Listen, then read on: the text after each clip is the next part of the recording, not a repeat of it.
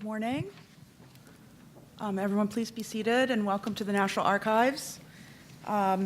This is, we're waiting for one more person to come sit down. It's my delight to be chairing the FOIA Advisory Committee meeting. This is my first advisory committee chairing as the new director of OGIS. I'm very happy to be here. I very much look forward to working with all of you to help improve FOIA and the process. And I understand this is the third committee meeting, so hopefully we'll launch right in. Before we get started, I very much want to thank Nikki Gramian, our deputy director of OGIS, who held everything together for about 7 months and chaired the committee while there was no director, and her leadership and guidance is invaluable. And thank you very much, Nikki. As you all know, the committee brings together government and non-government FOIA experts with vast and diverse experience to advise on and make recommendations to improve FOIA administration throughout the executive branch. And the archivist has appointed each of you in recognition of your FOIA expertise and with the belief that you'll be able to contribute to important work. So I know the committee has an important role to play in improving FOIA, and I'm very excited to serve as the new chair. Tom Sussman actually reminded me during the 2014-2016 term of the committee, the FOIA Advisory Committee produced a final report that went over to OMB. And we have checked in with them recently. It's still sitting there, unfortunately, but we hope that there'll be some progress made soon. We very much look forward to continued collaboration between requesters and federal employees serving on this committee, and certainly it is our intent at OGIS to provide as much leadership and support, administrative support as possible to ensure that we actually deliver a meaningful result at the end of the committee term. Now it is my absolute pleasure and honor to introduce to you the Archivist of the United States, Mr. David Ferriero. Thank you, Alina. And good morning. Welcome to the third meeting of the Freedom of Information Act Advisory Committee for the 2016-2018 term. By bringing together federal government staff and U.S. citizens to tackle some of the greatest challenges facing this committee, this truly embodies the spirit of open government. At this committee's previous meetings, I shared updates on our search for a new director of OGIS. Today, I'm happy to see OGIS's recently installed director, Alina Simo, sitting at the committee table. About 3 years ago, we wooed her away from the FBI to be the National Archives Director of Litigation. She's a dedicated public servant with extensive FOIA experience at both the administrative stage and in the federal court litigation. She has a vast knowledge of this agency and a commitment to open government qualities I know will help her succeed as the OGIS director. I also want to thank Nikki, Deputy Director Nikki Gramian, for wearing multiple hats, not just once, but twice, while we continue to search for new directors of the OGIS. So thank you, Nikki. Turning to this committee, I announce the appointment of a new committee member, Ms. Sarah Kotler. Sarah, welcome. Sarah is the director of the Food and Drug Administration's Division of Freedom of Information. Since joining the division, Sarah has overseen a 70% reduction in FDA's FOIA backlog. Come and help me with mine, please. Improve processing efficiencies across the agency, vastly increase the number of records posted proactively, and work directly with the requester community to improve the FDA's FOIA program. Prior to joining the Division of Freedom of Information, Sarah was an attorney with the FDA's Office of Chief Counsel and an attorney in private practice. She holds a Bachelor of Arts degree from the University of Pennsylvania and a Juris Doctor degree from Harvard Law School, where she was an editor for the Harvard Law Review. We're excited to have you with us. Thank you for joining us. We appreciate your willingness to volunteer also as a new co-chair of the Subcommittee on Accessibility. Today, I look forward to hearing about the progress of the subcommittees have made since our last meeting and listening to the presentations of the guests joining us. But before I turn the program over to Alina, I want to point out that we will host another very exciting open government event in less than 2 months here in the William G. McGowan Theater. I hope you'll mark your calendars for Monday, March 13th from 1 to 4:30 and join us here for Sunshine Week 2017 at the National Archives. Thanks for all of you for coming today, and now it's yours, Alina. Thank you, David. As a reminder, information about the committee, including members' biographies, committee documents, public comments, are all available on OGIS's website. We are live streaming this meeting. We will make video, transcript, and meeting materials available on the committee's webpage, so please check it out after this meeting. And we expect to have all of our meeting material available within the next 30 days, hopefully sooner. And thank you in advance for your patience and understanding. So I want to go through some housekeeping rules before we get started, go over our agenda, and set some expectations for today's meeting. As we begin our introductions, again, Sarah, thank you so much for joining us and for stepping right up to be the co-chair of the Proactive Disclosure Subcommittee. I really appreciate that. I also want to note that committee member Logan Perrell, who was co-chairing or is co-chairing the Searches Subcommittee. He was previously a DHS, recently left to go to Treasury Department, and he was unable to attend today because he is waiting for approval to continue to participate, but we hope he'll be able to resume his functions and join us at the next meeting. Next, I'm going to spend a few minutes introducing the committee members, both by phone and in person. And I'm going to get started with the folks who are on the phone first. If you could please introduce yourselves and remind everyone, please, of your profession and your affiliation. And I was told initially Joe Eggleston was on the phone, but she's here. I can start. This is, oh, sorry. No, that's okay. Margaret? Yeah, this is Margaret Kwoka. I'm an associate professor at the University of Denver Stern College of Law. Okay, and Sean, are you with us? James Hirschberg. I'm professor of history and international affairs at George Washington University. And Sean, are you on the phone with Yes. us? This is Sean Moulton. I'm the Open Government Program Manager at the Project on Government Oversight. Okay, is there anyone else on the phone that we missed? Okay, can we hear from everyone in the room, please? I'm going to start with the end, the Siberia end, as I like to call it, at the end of the table. To my left, please. Chris Knox, I'm a managing director at Deloitte in the Forensics and Investigations Division, and I'm not quite sure what I did to get banished to the end of the table. So, Ginger McCall, I'm an attorney advisor at the Department of Labor. Sarah Kotler, I'm the FOIA officer at the Food and Drug Administration. James Valvo, Counsel, Senior Policy Advisor, Cause of Action Institute. Lynn Walsh, I'm the president of the Society of Professional Journalists. Hi, I'm Raynell Lazier. I'm the FOIA manager at CFPB, Consumer Financial Protection Bureau. And I'm Jill Eggleston. I'm the FOIA officer at U.S. Citizenship and Immigration Services. Tom Sussman, Director of Governmental Affairs for the American Bar Association. Melanie Pastay, the Director of Office of Information Policy at Justice. David Pritzker, Deputy General Counsel at the Administrative Conference of the United States. Michael Bekesher, an attorney at Judicial Watch. Stephanie Carr, the FOIA officer at the Office of Secretary of Defense, Joint Staff. Nate Jones, Director of the FOIA Project at the National Security Archive. Okay, thanks very much, everyone. I just want to remind everyone, since we're live streaming and for purposes of minutes of the meeting, it's important to, every time you speak, just remind everyone who you are, in case we forgot. And there's also going to be a slight delay, I am told, for those members who are on the phone, and when the microphones in the room are turned back on, so we have to remember as we're dialoguing. I have just a few administrative comments, and then we'll get started. Again, just stating the obvious, this is a forum for public discussion of FOIA issues, and we offer members of the public who are here today to join us and share their ideas. We will have a public comment period at the very end.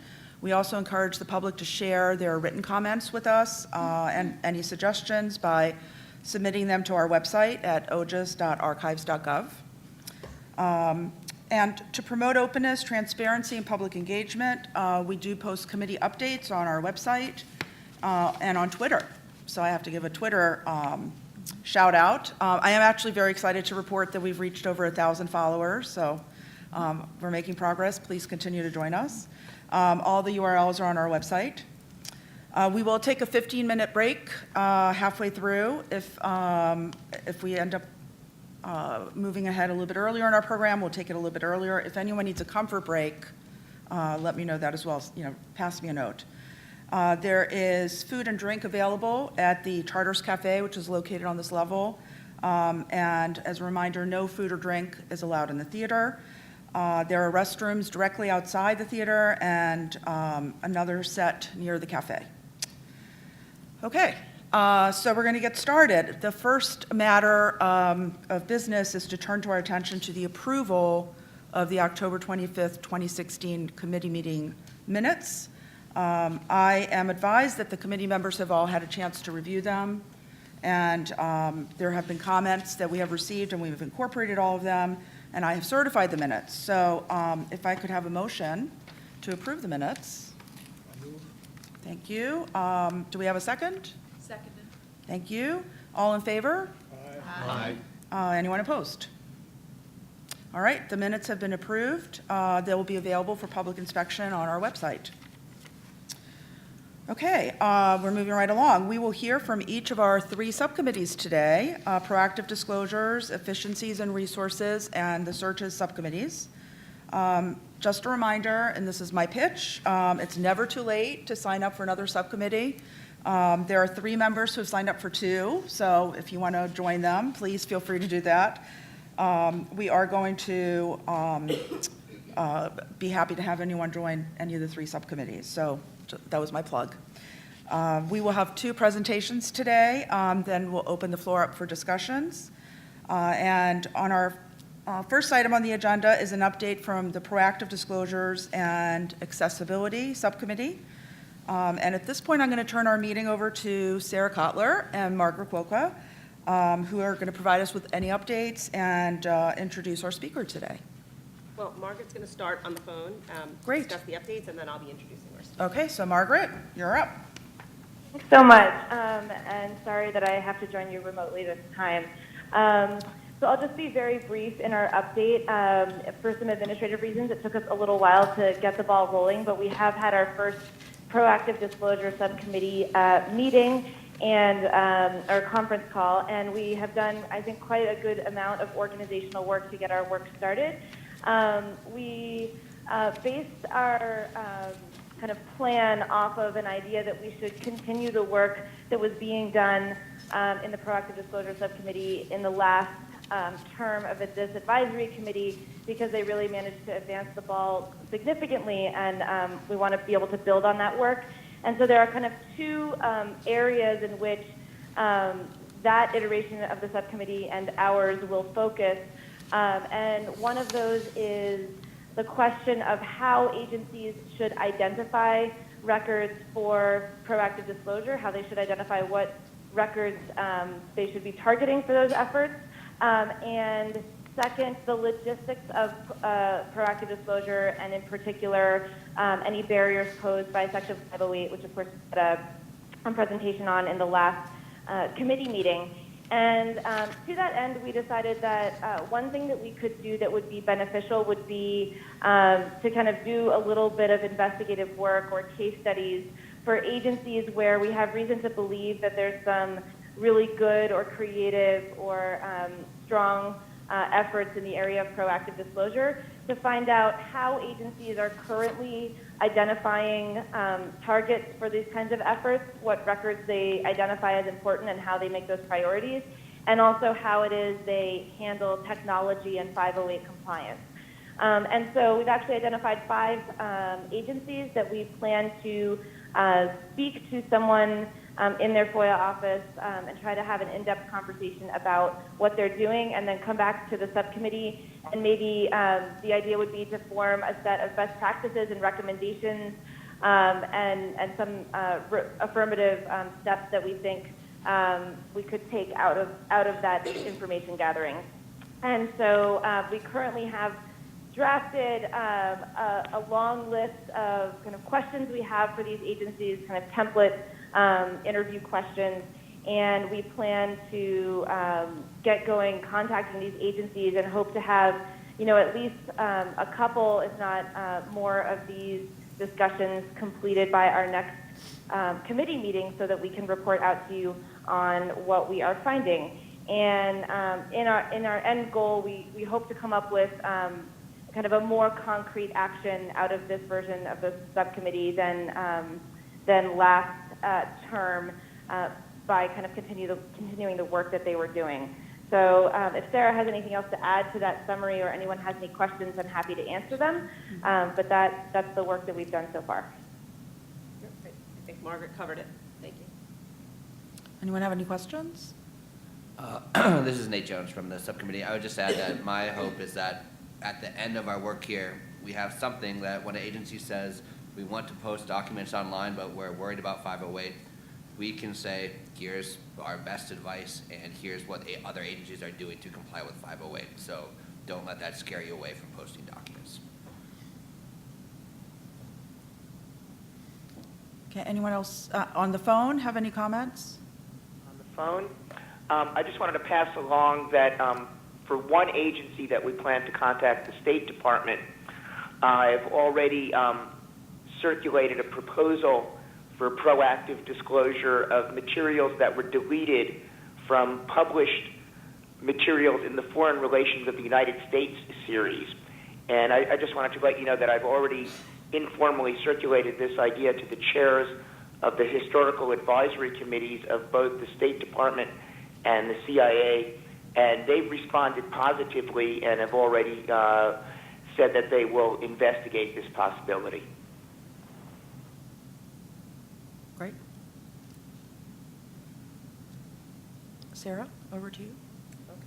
Okay. I'm going to introduce our guest speaker, Phil Ashlock, who is a technologist based in Washington, D.C., building digital civic infrastructure to support open government civic engagement and economic development. Currently, he is the chief architect at data.gov, where he manages a federated platform for publishing open data and APIs across government. Mr. Ashlock led the development of the Open 311 standard for interacting with government through an open feedback channel and served as a Presidential Innovation Fellow working with the GSA and the White House Office of Digital Strategy on MyUSA. He is also an alum of Open Plans, a New York City-based civic technology organization. I have slides on this.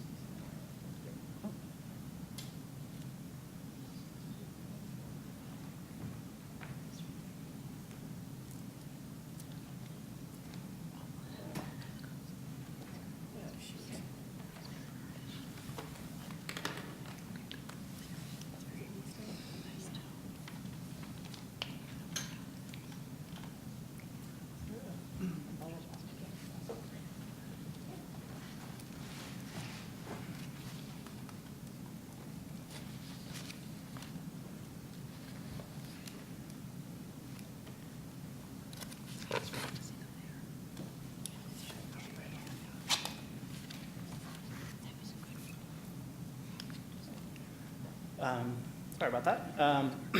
So I'm just going to give an overview of data.gov and the policies that we work to help agencies implement around open data.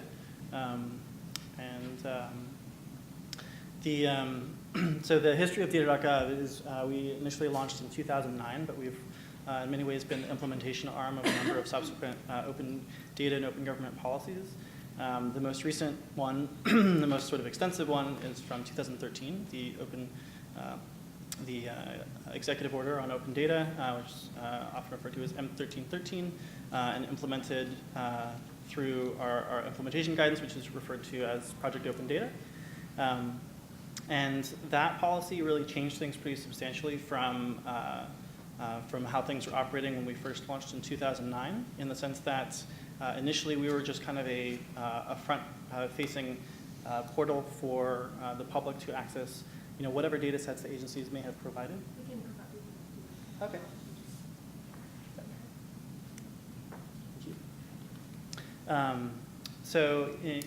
Initially, from 2009 to 2013, agencies would add their data sets to data.gov.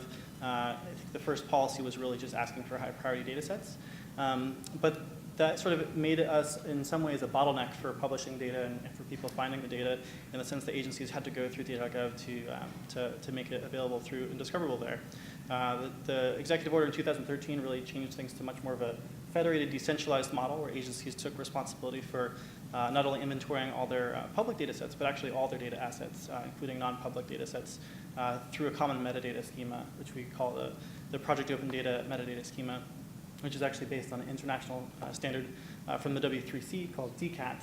And so that really meant that data.gov was then going to each agency's website to pull that metadata, and because it was following a standard, we could do that in a very scalable, systematic way, going to each agency, and agencies could really take responsibility and sort of be more proactive and act on their own schedule to make sure that those data sets were included in that inventory, and thus got aggregated and syndicated to display and be discoverable through data.gov and search engines as well.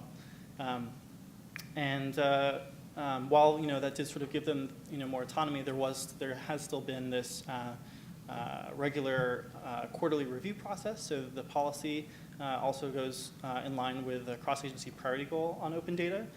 So there have been quarterly assessments, and we also help manage a dashboard that's publicly visible to sort of track the status of how agencies are implementing the policy and the metadata quality associated with that. So also including things like broken links or things that may be not being updated regularly. We've also been working to help provide feedback mechanisms. So because we act as the public-facing view for so much of the public to find and discover data sets, they often come to us through our contact page and through some other feedback channels that we have, either looking for a data set or reporting a problem with a data set. And so we've tried to have a more systematic way to handle that as well, and to give agencies more access and control of participating in that from the very beginning. So we have what we just referred to as our data.gov help desk, which, as I said before, can be used both to request data sets, but also to report problems with existing data sets. To report problems, there's actually a button that shows up on every data set page on data.gov in the top right corner. And then just from our contact page, there's the form to request data sets as well. And that goes into a sort of a CRM system to track those requests. And then we take it upon ourselves to help route those to agencies if it's not sort of obvious enough. It takes a little bit of work sometimes to make sure that it goes to the right person. But we're also working on updating that system so that agencies have direct access to that and can get notifications, and in many cases respond to those or have those requests routed to their own systems automatically without necessarily having us sort of act in that delegation role. But that's something that's still kind of a beta. So I'm probably like halfway through the slide deck right now. So I don't know if you just want to, next slide. So this is data.gov. Next slide. Next slide. So what I was saying about the bottleneck before or after. It's a more agency-centric publishing approach now, where they manage their metadata, and data.gov is just a consumer. In fact, the way that the architecture works currently, there's really, it's actually very easy for anyone to, thank you. For anyone else, including someone from the private sector, to actually do almost exactly the same thing that data.gov is doing, because we're simply pulling public metadata that each agency is publishing and providing a common place to discover that. We also do other things to help agencies along, but as far as the actual public website, there's a lot of ways that that could actually be duplicated out in the private sector. And so, as I mentioned before, the implementation guidance for the policy is mostly found on the Project Open Data site, which you can Google with projectopendata.cio.gov. And that includes the metadata schema, which I said before is based on an international standard called DCAT, which also builds on common things like Dublin Core. The whole implementation guidance website is built as an open source project on GitHub. So throughout the years, with updates to the metadata schema and things like that, we've invited public participation and feedback on that guidance. As I mentioned before, the inventorying process for metadata includes not only public data sets, but also non-public data sets. And we even, I'm not getting to the next slide here, we even actually display those non-public data sets publicly on data.gov we just include a disclaimer that we're only listing the metadata to let the public know these data sets exist, as opposed to actually making them available for download. And there are some exemptions to that following FOIA exemptions, where if there's an argument to be made that even some of the information in the metadata falls under a FOIA exemption, then that part of the metadata would be redacted, would not be public. So this is an example of a non-public data set. This is an internal API that we use at GSA with a disclaimer at the top that says it's not public, and lower at the bottom says it's not available for download or access because it's not public. We also syndicate non-federal data sets using the same metadata schema and the same architecture. So city, state, county governments follow the same metadata schema sort of voluntarily, and then we work with them to incorporate them just like a federal agency. So this is sort of a breakdown of, this is actually almost a year old, but I don't think the proportions have changed too much. As I said before, we also have a public dashboard to help track sort of the implementation guidance, or the implementation of this metadata and this architecture by agencies, which is tied to quarterly milestones. And this also includes some automated analysis to look for things like broken links and things like that, which gets very granular and technical, but there's a lot of detail there. And then, like I said before, we have feedback mechanisms. So reporting a problem with a data set, you can follow that orange link on every data set page, or request a new data set from our contact page. And those requests are actually publicly visible as long as they go through a moderation queue on our side. The status of those requests are actually publicly visible. This is just sort of our workflow. And this actually isn't something we follow as completely or strictly as we'd like to quite yet. But the top is sort of how the public user would make a request and sort of see it through resolution. The middle is data.gov's kind of role as intermediary there, and the bottom is agencies. And we're trying to sort of help agencies have more involvement and more control of that from the very beginning. It's something we're still working on. I should also mention a project from HHS. It's called Demand-Driven Open Data, which is really looking at sort of creating a more robust strategy for sort of the supply side, or sorry, the demand side of data requests, which is a little bit more robust than what we're facilitating in the sense that it really has folks develop use cases for a new data release or an improvement to a data set, as opposed to just saying, give me this. It's saying, I'm giving this because this is all the amazing things that I will do with it, which sort of, I think, creates a little bit more engagement with the data users. Just a little technical detail, we're also working on better sort of recommendations on sort of deeper, richer metadata as far as data dictionaries. This has been a request that we've had for a while, but there's some other, it's actually government of British Columbia in Canada that's been doing an example of this where they're including the richer sort of data dictionaries as part of that metadata. We don't really have good guidance for that, and it's not done very well currently, but that's something we're working on, and there's some existing working groups in government looking at this as well, and some international standards that have been developed. And then we also follow a lot of the metadata standards and sort of approaches being developed in the private sector, particularly with search engines under schema.org. So schema.org is a consortium of search engines helping to provide standards to improve the sort of discoverability and utility of information on the web. That includes developing schemas for common types of information so that when people publish that information on a website, search engines or anyone else can consume that and do more sophisticated things like provide richer search results with that structured information. And so they've recently, so there's actually been a schema for data sets that's been out for a while that follows the same metadata standard that we use. And just recently, actually yesterday or 2 days ago, Google announced that they are treating that as one of their like half dozen special content types, which they basically are incorporating additional functionality into the way they would potentially provide search results and things like that. So this is something we've been coordinating with Google and others following the same schema.org standard, but we implement this on data.gov. Google's not yet doing anything interesting necessarily with how that results, how search engine results, but I think we're getting there. And this is their documentation for that. And that's, I think, a broad overview of where we are with data.gov. I don't know if we have time for questions or. Sure. Thank you very much.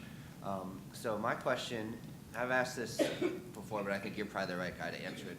Would it be possible for an agency, if they wanted to to do a data set of all of their FOIA responses for 1 year. Does that make sense? So a single data set that's just the metadata requests? Put it on data.gov, yeah. Well, so you probably know, but most of the time, a response is a piece of paper or a PDF document, sometimes an Excel document. Would it be possible to post all of those for 1 year on data.gov as a data set? I don't see any reason why not. I mean, I think different agencies have different sort of approaches to how they do that. I should mention the caveat that we are a metadata catalog, so we are a place where people can, find the metadata, which then points to the data sets. We don't actually host the data. So agencies would still need to host the data somewhere. We are looking to help provide better sort of solutions and answers to that as well. But yeah, I mean, just from a technical capability or from our standpoint, I don't see any reason why that couldn't be something an agency would do. But you haven't, I guess I should have asked first, are any agencies doing that already that you know of? So I know I've seen data sets that are just sort of a spreadsheet listing requests and I think the status of responses, but I don't know that I've seen something that clearly ties the data that's made available as being responses to FOIA requests. That's not to say it's not there. I'm not aware of good examples of that. Yes. Alex Howard, Summit Foundation. The enterprise data inventory that the executive order in 2013 mandated, thank you. If you go to the project Open Data Dashboard, which crawls all of the different government websites that are subject to it, I believe that's only CFO Act agencies. Correct. Yep. It has not been updated the last 2 periods. Currently, if you go online, it ends at in August of last year. Is the GSA or OMB not updating the last 2 instances because of capacity and staffing, or is there some other reason that we don't have updates? So I think there should be an update for the last one ending in November. If you go to the website right now, it is not there. Okay, I'll have to check on that. I don't think that's the case, but I don't think there's any good explanation I have other than capacity. I know that has been a challenge, but I think it is also there are some technical hurdles that we also continue to deal with, which are also partly our responsibility since we help manage the platform. But as far as the quarterly reviews, I think the best effort has been to complete those within the first few weeks after the quarter ends. And in my years, I think that timeline has always really been driven by staff availability to do those reviews. To that point, do you still have colleagues in the White House Office of Management and Budget who are doing this work? Absolutely. You do, okay. And lastly, with respect to the completeness and accuracy of the enterprise data inventory sets of the CFO Act agencies, how many of them have posted what they would describe as a complete inventory of their assets, including metadata about non-public data sets on this dashboard? Or I should say, in a place where this dashboard can measure it? So that is, I think that is one of the measures that's not something that's super automatable to discover. It depends on a combination of assessment from the agency and assessment from OMB. And I believe that that is a field in the review. So that is something that we should be able to list, but I'd have to go through the dashboard and see what that is. But it's, I think often it's a difficult question to answer. And there are a couple different methodologies for looking to sort of spot check that, which potentially could be more robust than they are, looking at, things including FOIA responses, SORNs, CIA, all these different other systematic ways for looking at things that would help identify what the whole universe is. But I think it still is a challenge where there isn't necessarily one rigorous test that all agencies are all using for their own assessment. Yeah, full disclosure, Sunlight in 2014 and 15 tried to do an assessment of how complete these things were. It took a lot of effort. I inherited that responsibility last year, and I still haven't completed it from civil society side. That there are some agencies who I think have developed very good and very robust strategies to do that. I would point out the Department of Transportation. They published their strategy and their sort of way of looking at sort of other ways to check the completeness, but it has been a challenge. Last question. As you know, the U.S. government's developing this release to one, release to all FOIA policy. We expect that requests that are made that show demand, it will result in more publication of those requests. The default is that we'd imagine they'd be in FOIA reading rooms. Has there been any preparation for the prospect of agencies publishing machine-readable data sets that are requested through FOIA on data.gov and connecting the requests through a redesigned FOIA.gov so that people can understand the arc of the records request from the incoming requestor to where the data set actually ended up on the internet? So there definitely have been conversations about that. I mean, that idea has been brought up a number of times. I don't know that we have any kind of formal arrangement in place to make that happen. It's certainly something I would like to see, but I think so far those kind of conversations have still been a little bit more informal. Thank you, Phil. Okay, anyone else have any questions? I'm just curious if you can identify the greatest obstacles that you've confronted when you see opportunities at agencies and are unable to realize an objective of getting data sets posted. Sure. I mean, I actually think in some ways that two of the biggest obstacles we've seen are surprisingly things that you wouldn't think are that big of a challenge. One is, I think for agencies that actually have a long history of doing a good job of publishing data, this is in many ways the first time that there's been a kind of a mandate to have a consistent, comprehensive way of managing that across the whole enterprise. So I think there's been just a challenge for some of the really big data publishing agencies to adapt this really rich, long history where they have all these different websites and systems to align to a common metadata standard and things like that. So sort of, in many ways, the challenge of what has already been success, sort of, but now transitioning it to a more consistent, comprehensive strategy across the whole government has been a challenge for some agencies. And I would say, to counter that, some of the agencies that are maybe doing this for the first time, starting from scratch, in some ways it's a little bit easier because we're sort of providing some tools and systems that they can start from the beginning in a consistent way. And another, I think, very simple bottleneck is just sort of technical or hosting challenges as far as just having hosting resources easily available without necessarily a huge amount of contracting burden or other bureaucratic burden to go through to put a new file online. So in some cases, there are agencies that already have a good place to host files. In other cases, they might have to go through a whole new contracting action or some other long process just to post a simple file online. So we're looking at ways to help provide some solutions to that. But I mean, we've noticed lots of instances where there are agencies who are very interested and excited to put some new data online, but just the common challenges of hosting a website interrupt that. Can I ask you a question? A related question is, do you determine when you,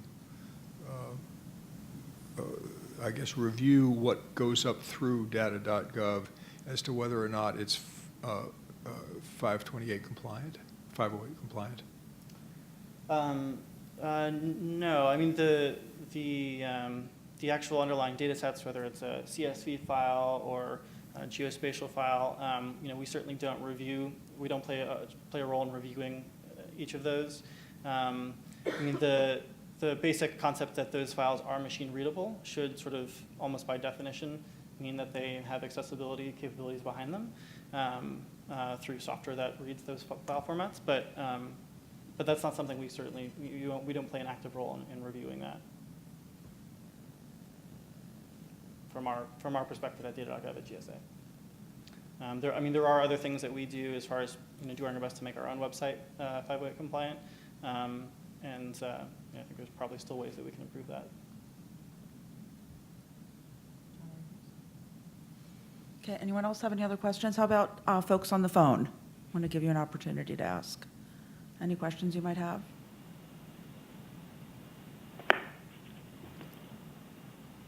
Okay, Nate? I have one, just last one. Could you, if we still have time, could you just, if an agency said, we got money, we got power, we want to use data.gov to put all of our FOIA releases from 2010 online, could you just, in a couple sentences, walk through how they would do it? So indexed on data.gov, yeah, and we host them. Right, so if they're already hosting it. So The arrangement that each agency uses to manage their enterprise data inventory varies.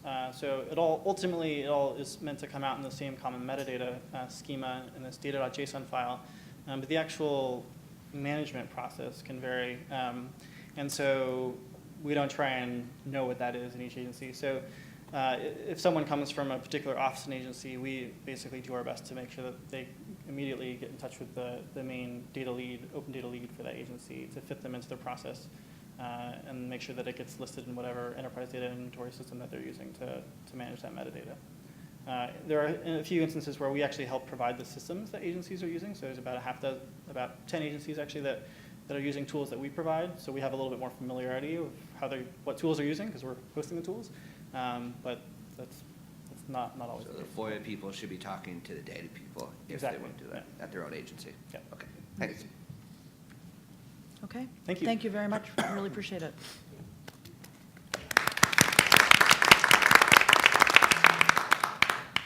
Okay. There are no more questions for this subcommittee. Sarah or Margaret, any other wrap-up thoughts before we move on? Not for me. Okay, Margaret? Thanks. Okay. Yes, please. I'm just wondering if the slides will be posted online. Yes, I am told. There probably will be a slight delay, but yes, they'll be posted. I know, I apologize for the technical difficulties. Can't control everything. Okay, next we're going to turn, and we're running ahead of schedule, so this is good. We're going to turn our attention now to the Subcommittee on Efficiencies and Resources. As everyone here probably already knows, resources, or unfortunately the lack thereof, is commonly cited as a primary factor in FOIA processing delays. And I know the subcommittee has expressed an interest in identifying and promoting best practices to overcome systemic issues in the administration of FOIA. So this is a very complex topic, and we thought it would be very helpful to hear from different folks who are dealing with these issues, but I'm going to turn the floor over now to Ginger McCall, who's the co-chair of the subcommittee. And she and Chris Knox, her co-chair, are going to provide us any updates regarding what the subcommittee has been doing up until now and introduce our next speaker. Great. Thank you, Elena. This is Chris Knox, and I'll provide the update, and Ginger will introduce the speaker. We too experienced some delays in having our kickoff meeting with the election, holidays, and et cetera. But we have had our first meeting, and we've established a goal of providing recommendations for the best and most efficient use of resources. We're going to start by identifying what success looks like in the various agencies. What are the various elements of a successful agency? For example, backlog remediation and other elements. How will we know success when we see it? We're going to use a combination of qualitative and quantitative data points. What elements also contribute to a lack of success or some challenges in various agencies? We plan to utilize multiple data sources to do this. We'll start with the annual reports for quantitative or metric information. We're also going to leverage the privacy officer reports for anecdotal or qualitative information. Of course, we'll leverage the OGIS review reports and other data sources. We'll not only take into account the metric-driven data, but we'll also consider variables such as complexity of requests, number of resources available, the budget, and accessibility to technology. We plan to meet again in the next 2 weeks, and over that period, the various subcommittee members will be reviewing these reports to come prepared to discuss, in our own opinions, what success looks like and some various identification of what we believe to be the North Star agencies. And that's about it. And I'm going to introduce our speaker for today, who is Michael Marquis. Michael joined the Department of Health and Human Services, Office of Assistant Secretary for Public Affairs in April 2014 as the Departmental Freedom of Information Act Director. He has served for 29 years in the federal government. From 2004 to 2014, he served as the Director of HHS Centers for Medicare and Medicaid Services, FOIA Office. For the past 13 years, he's provided day-to-day leadership, management, and oversight within HHS FOIA community. Michael has been instrumental in implementing process improvements ranging from staffing, request workflow, and technology enhancements that have resulted in significant backlog reductions that exceeded the 10% goal for each staff managed for 7 consecutive fiscal years, from 2010 to 2016. Prior to joining the HHS FOIA community, Michael was the FOIA officer at the USDA Animal and Plant Health Inspection Service for 8 years. Michael has a Master of Science in Applied Management from the University of Maryland and a Bachelor of Science in Business Administration and Health Services Management from Towson State University.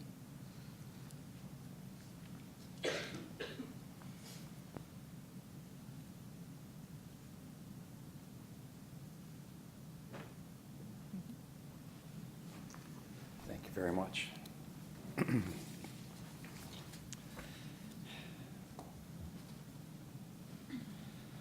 So I just want to let everyone know, I came into FOIA from a management perspective. I did not come up from a FOIA analyst perspective. And so it was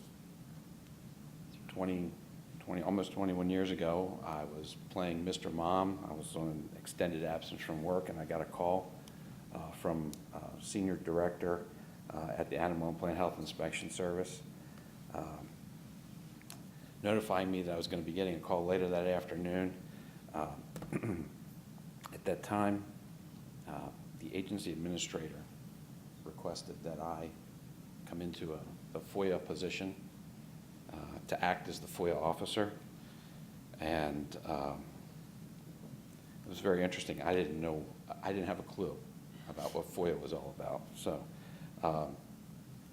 So when I got the call that afternoon, why me? That was my first response. And the response was, well, you're a problem solver. I had been working in human resources and facilities management. I had just come off a huge project with the agency, and so I had built up comp time because I was working crazy hours. And so I was able to take a break. And so I said, well, what's the problem? And the one-word response was backlog. So my FOIA journey began when I came back to work. So over the past 20 years, I've managed 3 FOIA units. And, you know, as all of you know, backlogs are systematically linked to many issues. It's not as simple as just the backlog. Hence, managing FOIA operations is tantamount to solving a complicated puzzle. There are days where you or your predecessor, if you've taken over a less effective FOIA operation, force the wrong piece into empty spaces where they look like they should fit. As you continue administering to the FOIA function, it becomes clear that the pieces are not meant to be assembled in that fashion. Your backlog and response times are increasing, not decreasing. You and your customers are becoming very unhappy. Now what? Don't panic. Break it up, pull it apart, blow it up, as I tell folks. Although the puzzle may be put together the wrong way, you may be on the right track. Change the direction of the pieces. Assemble them in a new way. Envision what the finished puzzle, your FOIA program, is supposed to look like. Now, with strategic intent, begin to identify the critical pieces of your operation that need immediate attention. This is the foundation, or this approach is the foundation for my advocacy efforts. The 4 factors that have been critical to my accomplishments are accountability, leadership support, strategic intent, and sense of urgency. So let me repeat those. Accountability, leadership support, strategic intent, and sense of urgency. Before you can effectively advocate for your FOIA program, you must examine your workflow processes. Identify opportunities to enhance the efficiencies of your FOIA processes. Review your key performance indicators. Next, develop goals to present to senior leadership in order to obtain their support. Share your vision of your finished puzzle, how your FOIA program should function. Work with your staff. When you're working with your staff, I cannot overemphasize the need to create a sense of urgency to continuously implement improvements. Finally, celebrate accomplishments. Reinforce those improvements. Now that you've taken these initial steps, begin to advocate for your program. By advocate, I mean the active pursuit of influencing outcomes that directly affect how the FOIA program is administered to the benefit of our customers, the public we serve. Our customers, the public we serve, interesting concept. Since we serve them, we should view them as our bosses. Let's not forget them in our advocacy efforts.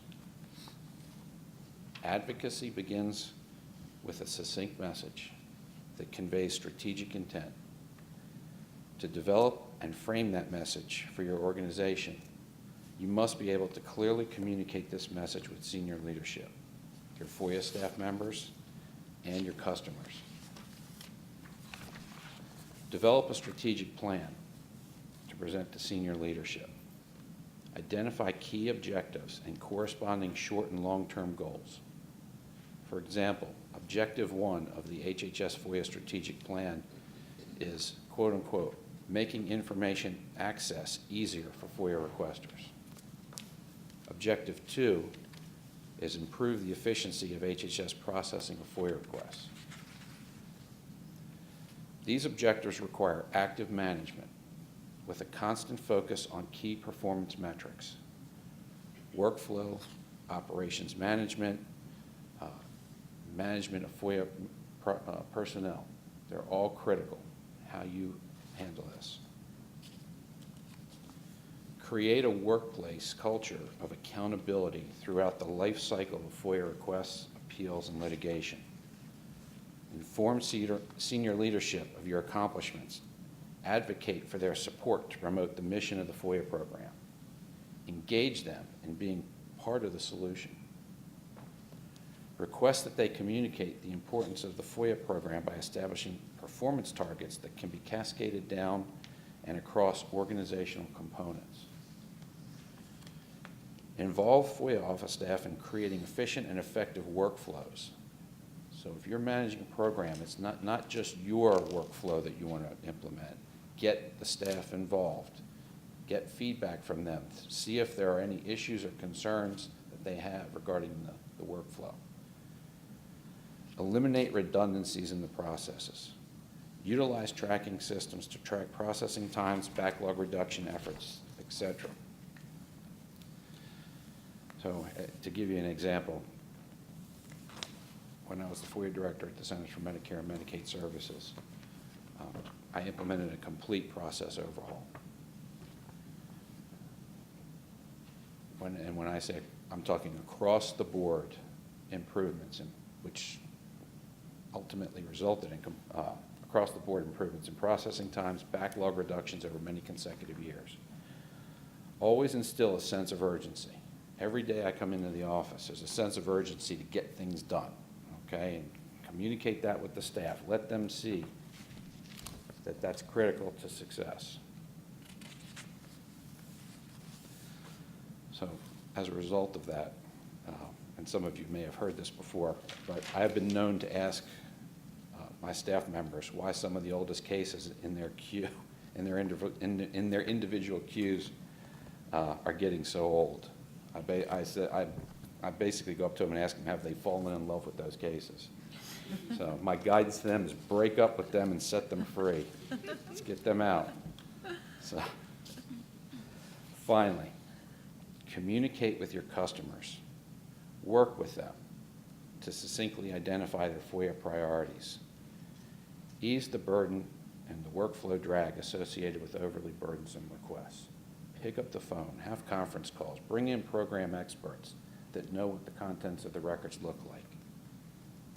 Have a conference call with the requesters. Let's see if we can identify succinct records that are responsive to their requests. So, to the requester community, we want to serve you, but we ask that you be part of the solution. Let's talk about how we can provide you access to the records by identifying key search terms, specific timeframes. So, for many years, and I've been managing for 20 years, my bottom line to all of my staffs has been, if it doesn't get measured, it doesn't get done. The same for advocacy. If you're not actively advocating for your FOIA program improvements by involving senior leadership, FOIA personnel, and your customers, your objectives won't be accomplished. Your puzzle will remain incomplete. So I thought I'd talk to you briefly about my current advocacy efforts within HHS. Annual reports are great. Chief FOIA officer reports are great, but I've developed a new report for HHS processing for the entire department that doesn't measure what's currently being measured in the annual report. And we plan to post this online within the next couple of weeks. This report is a quarterly report of all open, pending, initial FOIA requests. And the report is tracking both the simple track, the complex track, and the expedited track. And the public, I believe, deserves to understand what's pending.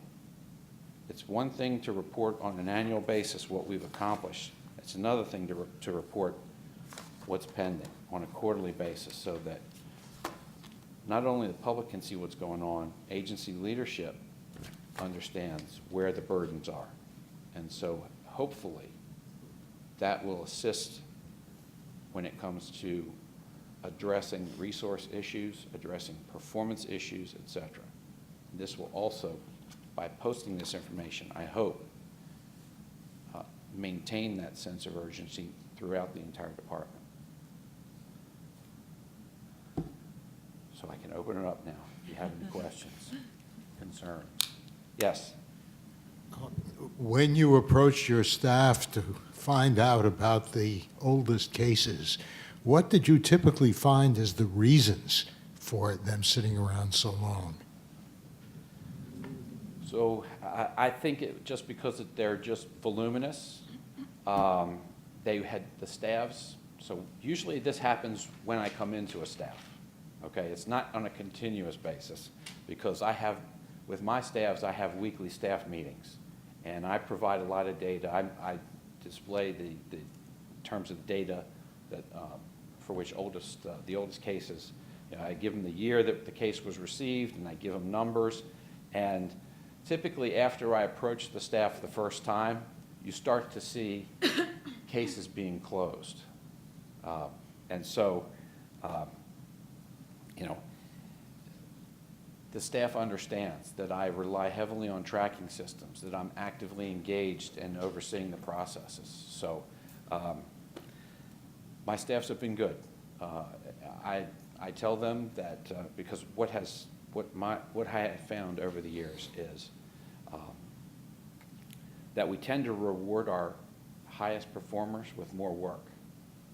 And so I've made it very clear to the entire staff that the expectations are across the board and that everyone is to pick up the pace, that we're not going to burn out our most productive staff by transferring work to them.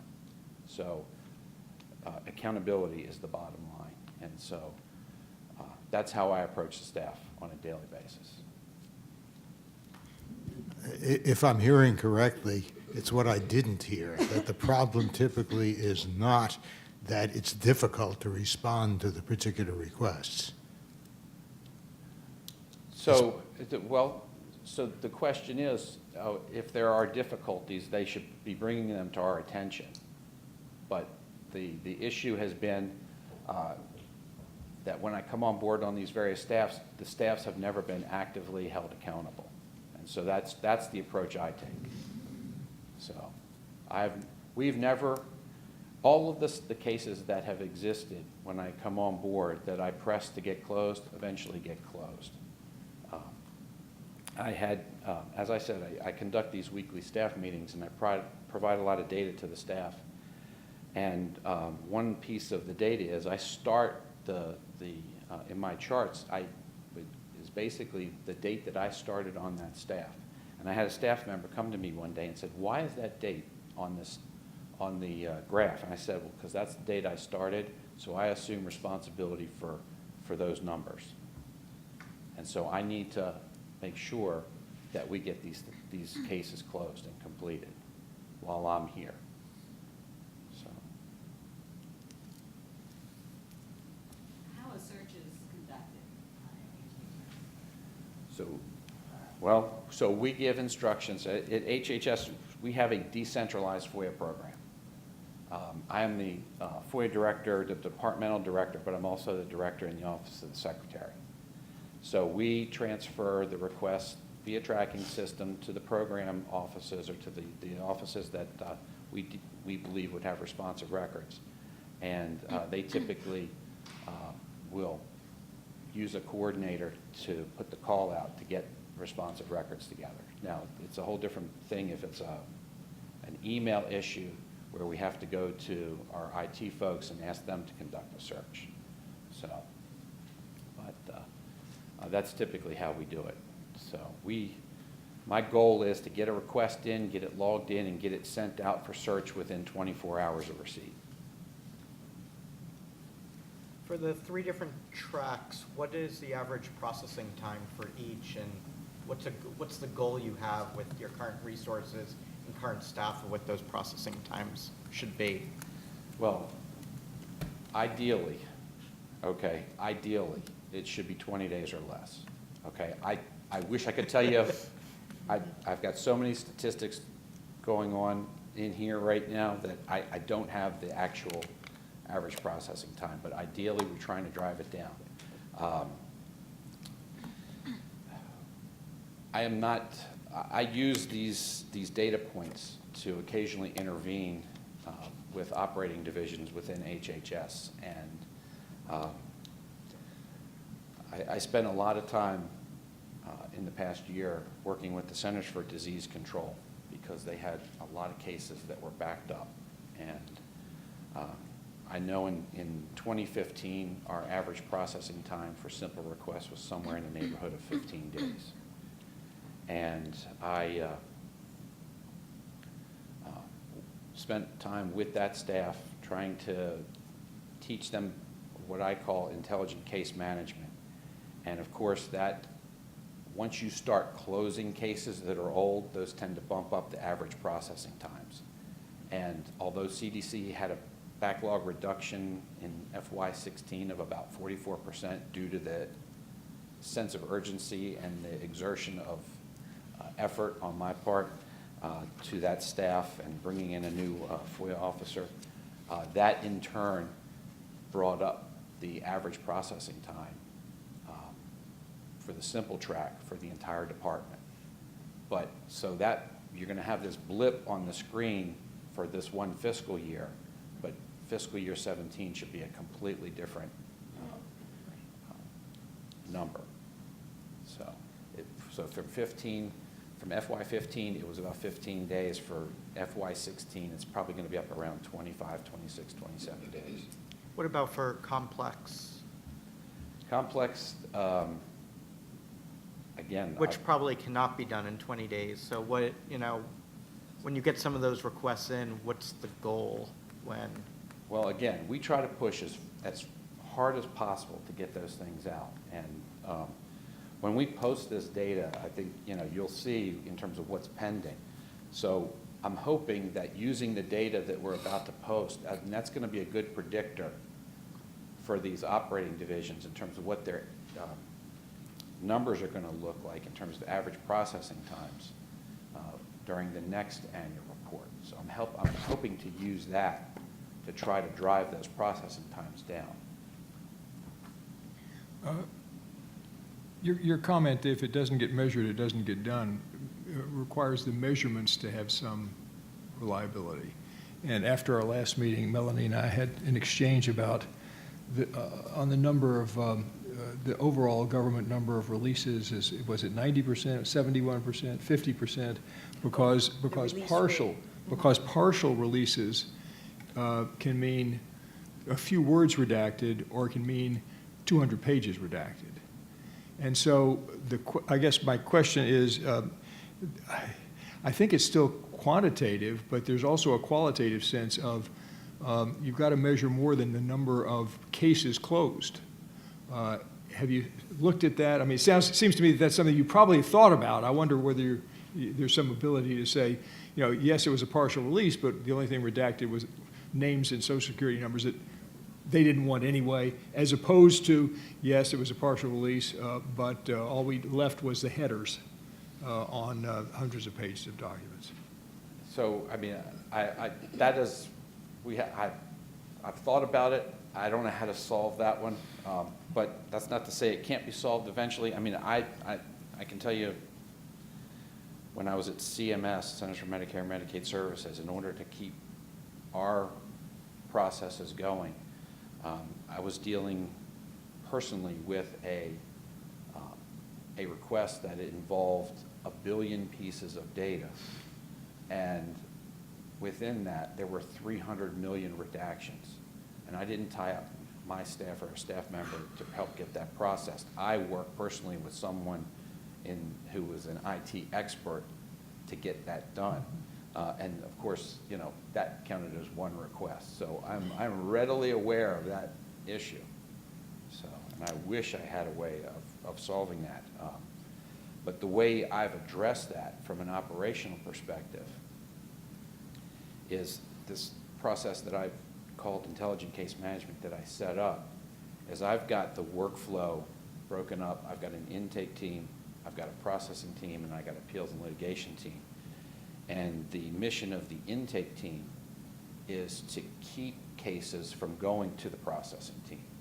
So that in terms of improving response times, the intake team is responsible for handling what I call the simple requests, okay? No records responses, full releases, full denials. Immediately, we get those out of the processing queue. And the processors on the processing team, they focus on the complex cases and getting those out the door. So they've got no basis why they can't be continuously just processing those complex cases and moving them through.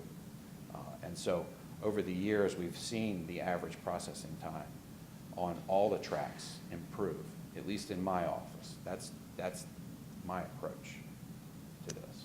So. Sorry, go ahead. What tools do you use to hold your program offices accountable for providing responsive records? So we in our office, I wish we had better tools, but what we do is we set up notifications, automatic notifications, that if they go beyond what we gave them in terms of timeframes to respond, they get notified. But I stay in constant contact with my intake team to find out who or which programs are not responding. And then I usually make a phone call or two, and we try to free up those records. You know, it's fortunately, okay, I have been successful in meeting with senior leadership. And when I talk senior leadership, up to this month, I've met monthly with the deputy secretary to talk about the FOIA program and where we're making achievements, where we're struggling, and was given a tremendous amount of support. So. In your work, have you encountered any resource issues with staff or technology, et cetera? If so, how has that affected processing, and what have you done to address it? So my approach to this, having coming into the FOIA process from a management perspective, has always been you've got to make sure your processes are as efficient as you can possibly make them before you ask for staffing resources. So, again, it goes back to staffs that in coming on board into a couple staffs, I've had individuals who have been reassigned to the FOIA office because they were not working out in other areas. And so my background was in employee and labor relations, and so I can address performance and misconduct issues, without any problem. And so what I try to do is I try to get the employees trained if they haven't been trained. I set out the expectations, and we proceed from there. So, but before I will ask for resources, I want to make sure we're functioning as efficiently as possible. Have you needed to ask for resources at any point? And if so, how did you advocate for that? So, when I was at the Centers for Medicare and Medicaid Services, after going through all these steps to improve the processes and backlog reduction, I was the only management official over that entire staff, and we were handling upwards of 40,000 requests a year. And I put forward a request to even further refine our processes, but I would need additional support. And unfortunately, I didn't get it. I mean, we were giving them good numbers. Everything was moving in the right direction. But it wasn't until I left that they actually filled behind me and then added 3 management positions to that. So. I'm curious, and Alina did not put me up to this. Have you had any experience with OGIS, and has it been helpful through either the training or through going for ADR or whatever in terms of assisting you in your objectives of improving efficiencies and the process and resolving individual difficult cases? Yes. So one of the, I have monthly meetings with our FOIA directors. I have weekly meetings with my staff. Fortunately, we don't get a lot of inquiries from OGIS. We're in HHS. So things tend to be moving in the right direction. We do occasionally get some. But we've asked, I've had folks go to the OGIS ADR training, especially. I heavily emphasize the need to communicate with requesters.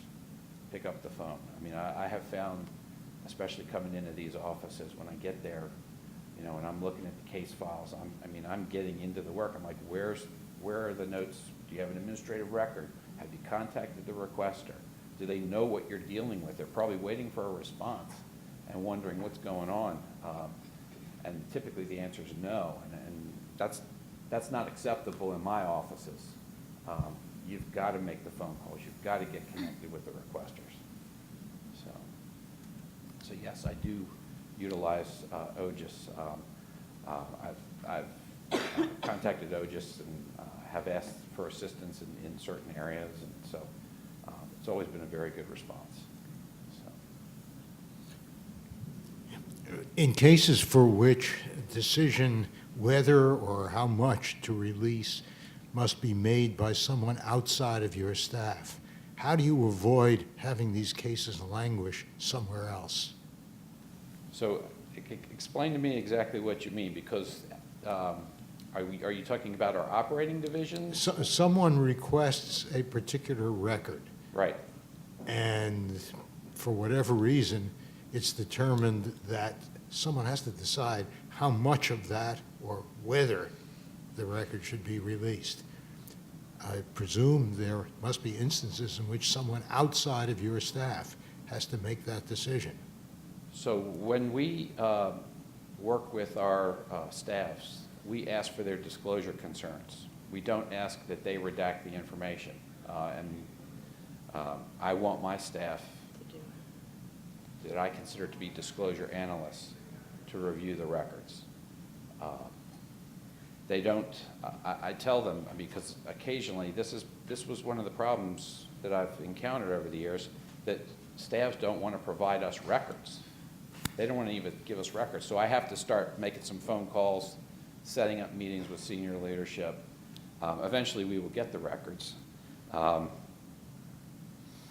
I've gained more cooperation over the years because they've had to turn the records over, and we will analyze them and with surgical precision redact information. I could say in HHS our rate of appeals is extremely low.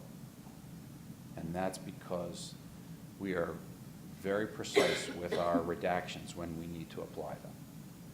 So in my office, the redactions are applied by my staff and presented to management for review before a disclosure determination is made. And when I see that there are redactions that don't appear to be appropriate, I look at the background information in the file. I talk with the analysts, I talk with program personnel, and there are occasions where we turn the case back and we unredact information so that we can release it because there's no basis for withholding. So, but that's done in our office. Lynn Walsh, you mentioned that sometimes the employees don't want to call the requester. Did you find out why that is or what some of those reasons were? I think they're afraid of the confrontation. Well, it wouldn't be confrontational if we provided better customer service. That's my approach. So.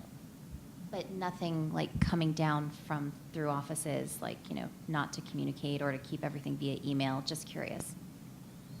Not that I'm aware of. So, not that the success of the FOIA office, okay, and the accomplishments of the FOIA office reside with me. And so I make sure that folks stay in touch with the requesters. I push, a lot of times I push our intake team to make the initial contact. And occasionally, once the case is out for search and the components have concerns,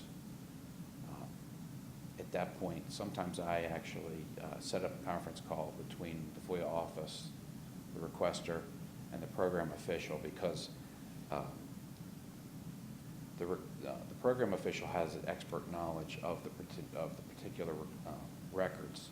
The requester may or may not know the types of records that are being maintained, and sometimes when we put the two together, they can identify the specific record that they're seeking, and the issue is we speed up the response. So that's usually at the intake phase. So. You mentioned earlier breaking out the linear workflow puzzle pieces into a more dynamic workflow. I'm interested, curious, are you doing that manually or you have technologies enabling that? How are you tracking that workflow? Because many of the FOIA technologies that are out there, the case management technologies, really want a linear workflow. When you blow it out, it starts to create issues. So excellent question. So when we were obtaining this new tracking system, we met with the vendor and told the vendor we would like to specify how the case workflow would work in their system. And so we actually coded things based on it's an intake. If it's step one, we designated I1, and then the next step I2, so that as this case is moving electronically, it goes through, and then ultimately it goes to processing, P1, P2, and once I sign, I coded it as P4, going back to I signed it, it's approved for release, it goes back to the analyst so that they can package it up electronically and send it out. So at any given time, you not only know what's in process or what's in your, quote, backlog, but you know where it is in that process. Exactly. We can always run that report, pull that data out. When you report, when you're going to be reporting the data to the website, are you reporting just in process, or are you going to the granular level of exactly kind of where it is in the process? No, we're not there yet, because so the department being decentralized, we are just reporting statistics in terms of the number of pending cases.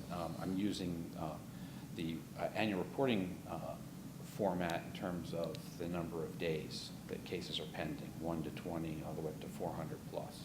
Interesting. So, Thank you. Just to clarify, Ginger McCall, if I understood what you just said correctly, you actually were part of the process of obtaining that new technology and were able to work with the vendor to customize it to your needs?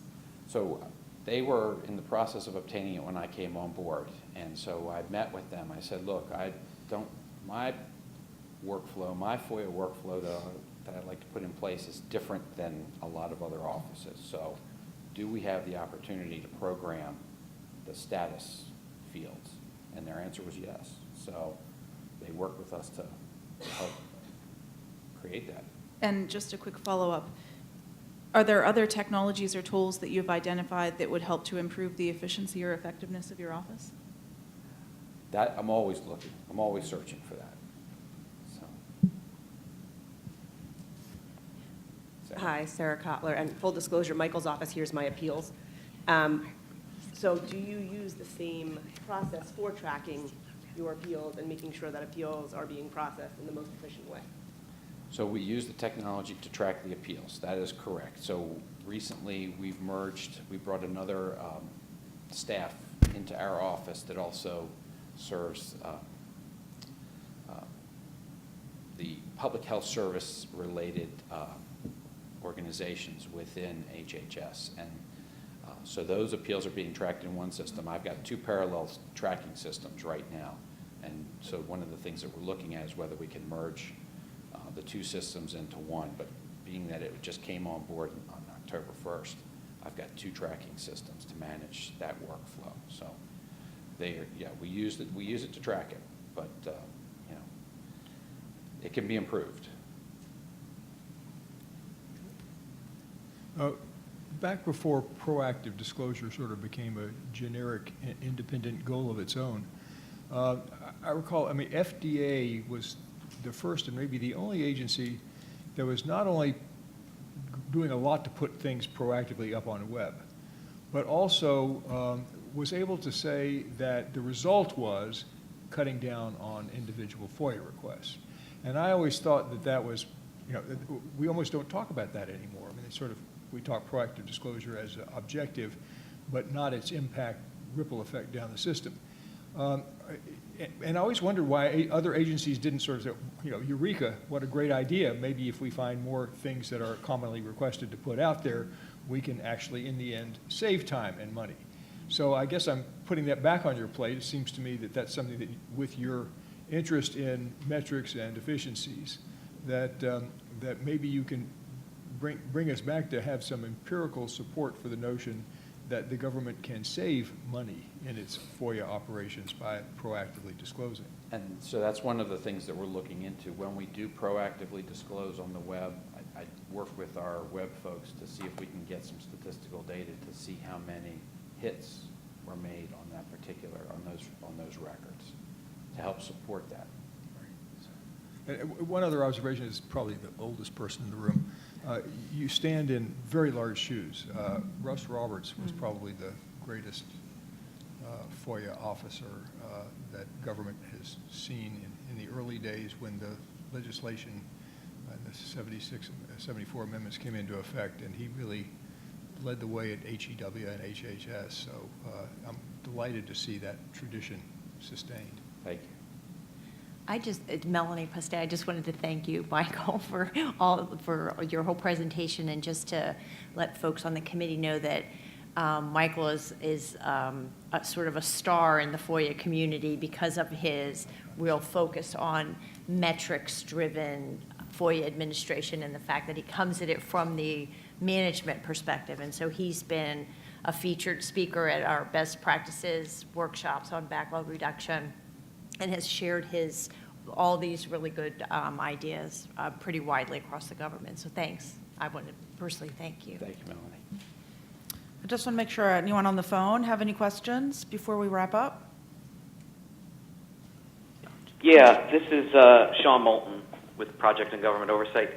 One of the things I was curious about was, you talked about some of the different metrics you've tracked, and one of the things I've heard from I believe I think it was DHS some time ago, was that they, as part of their management overhaul, were looking at the number of pages that particular FOIA processors were doing a particular day or a week, because some cases, might be one case and thousands of pages versus, you can have some cases that are just one page for the whole case, and so they're running through case after case, but not processing as much.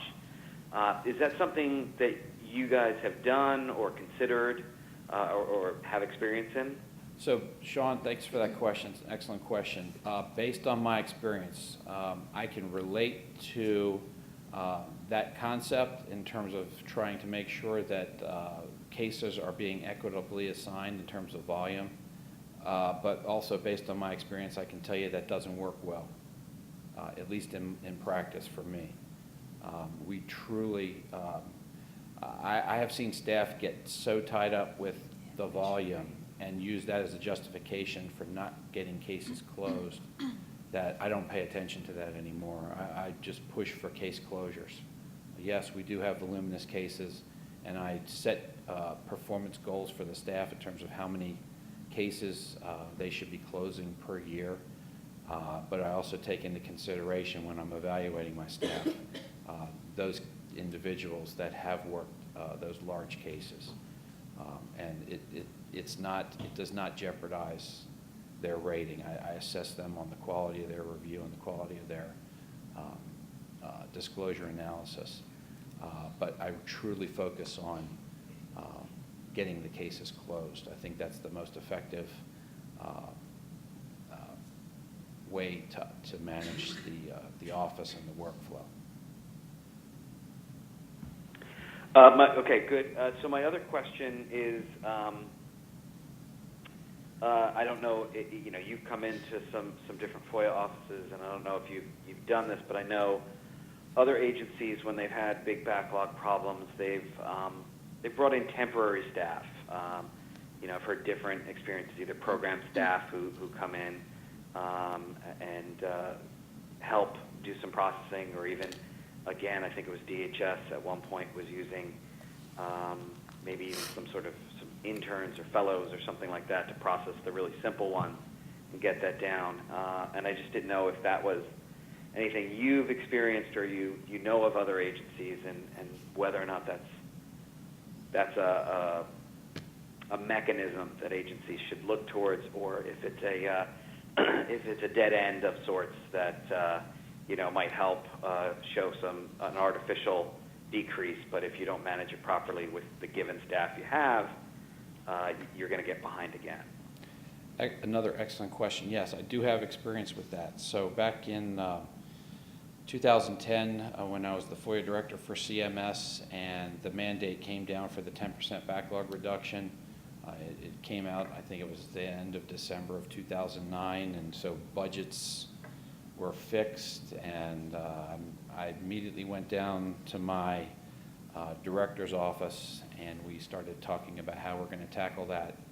And we talked about the use of a contractor, but I, in discussions, indicated that the best thing we could do in terms of if we could use a contract workforce, we would use a contract workforce composed of retired FOIA specialists, disclosure analysts.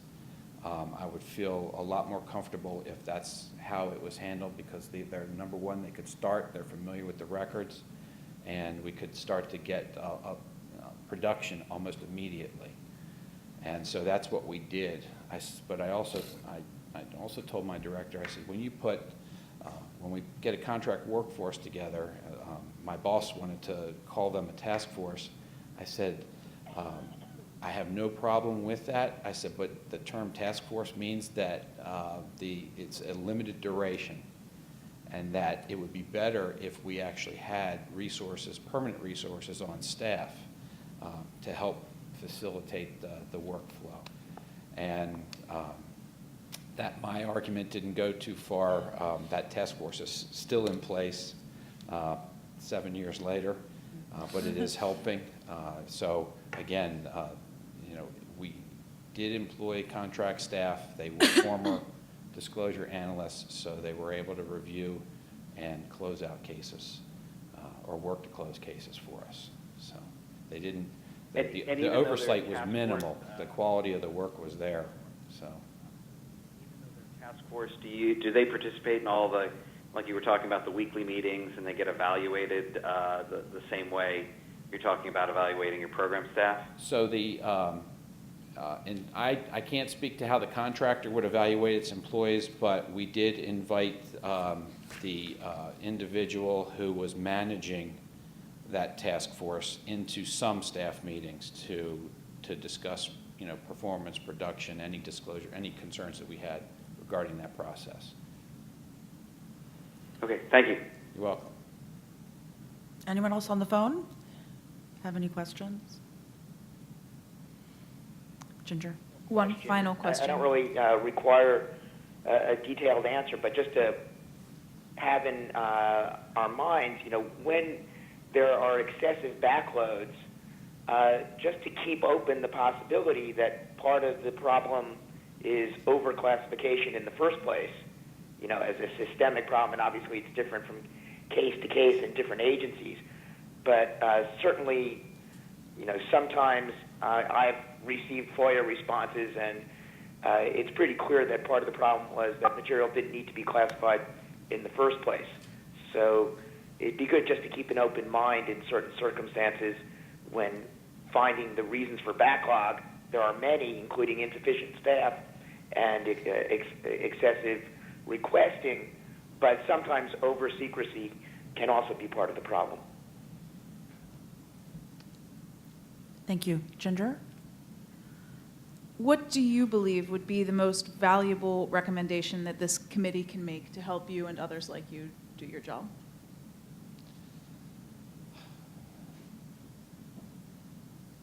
My number one priority, or the number one item on my wish list would, in terms of Department of Health and Human Services, would be an enterprise-wide tracking system. And so within your agency? Yeah, within the entire department. So we've got decentralized operating divisions, and occasionally requests come in that involve multiple operating divisions. Occasionally the Office of the Secretary, Food and Drug Administration, CDC may be involved in an issue, or NIH, bring them in, because they're cross-cutting components. It's like Zika or Ebola, any of those issues, they deal with more than one operating division, and we all have distinct tracking systems. So from a management perspective, to help even create more efficiencies, I think if we had an enterprise-wide tracking system, we could quickly and easily pull data, monitor processing information, and it wouldn't require me communicating with Sarah. Let's say, Sarah, can you tell me, can you give me a listing of, these requests, and we could just pull it from the system, and she could continue managing the FDA operations, and I wouldn't have to bother her. Do you know of any agencies that have a tracking system like that? I don't. So I don't. What's number 2 and 3 on your wish list? Well, let's shoot for 1 first. Let's try 1. So I'd like to work from the top down. So. All right, Michael, thank you so much for your time Thank you. today. We very much appreciate it. Thank you. Thanks.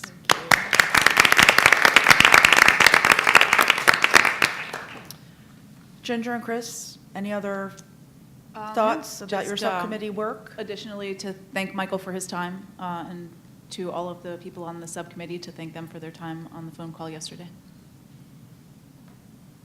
Okay, any other comments from anyone else on this particular subcommittee? All right. Well, we're actually a little ahead of schedule, but I am happy to give everyone a 15-minute break. Feel free to use the restrooms, the cafe, as I mentioned, also on this floor. And we'll come back at 11:50. Thank you.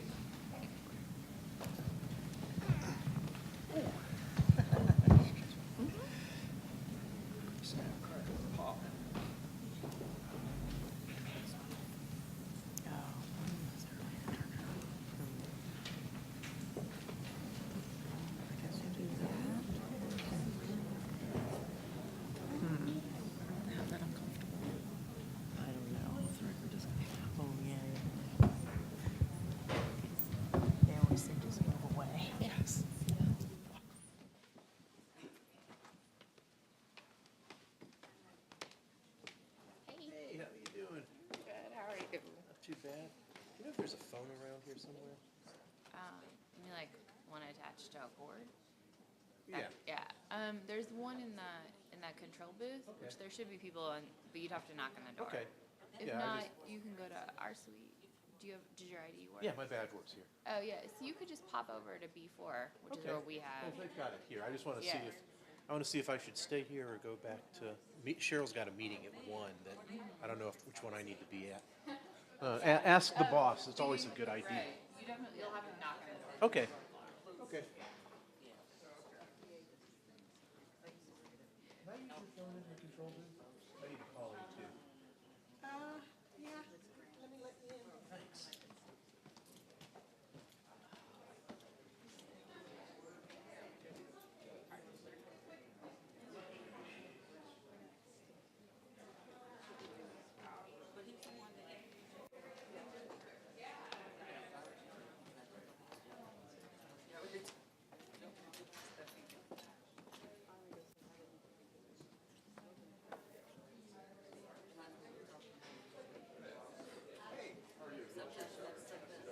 Yeah, nice to see you.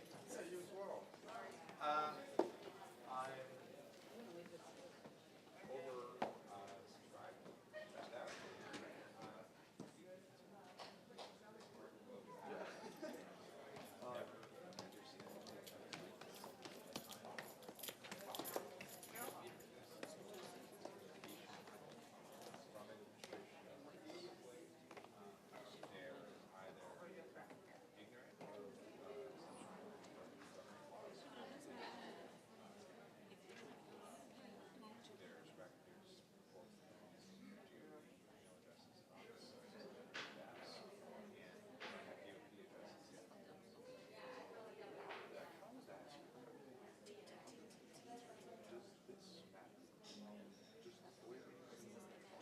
Yes.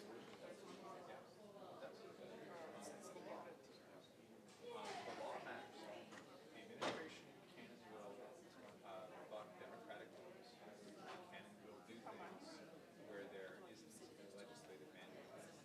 There is nothing that says the president has to disclose his tax returns to the laws. There's nothing that says the president has to invest from his businesses and places that want to trust him. There's nothing that requires them to have press briefings in the White House. There's nothing that requires them to have public access to documents. There's no statute that says there has to be a White House website to disclose visitor logs. But there is a Freedom of Information Act. And there is a statute that says these things should occur, that should be public access.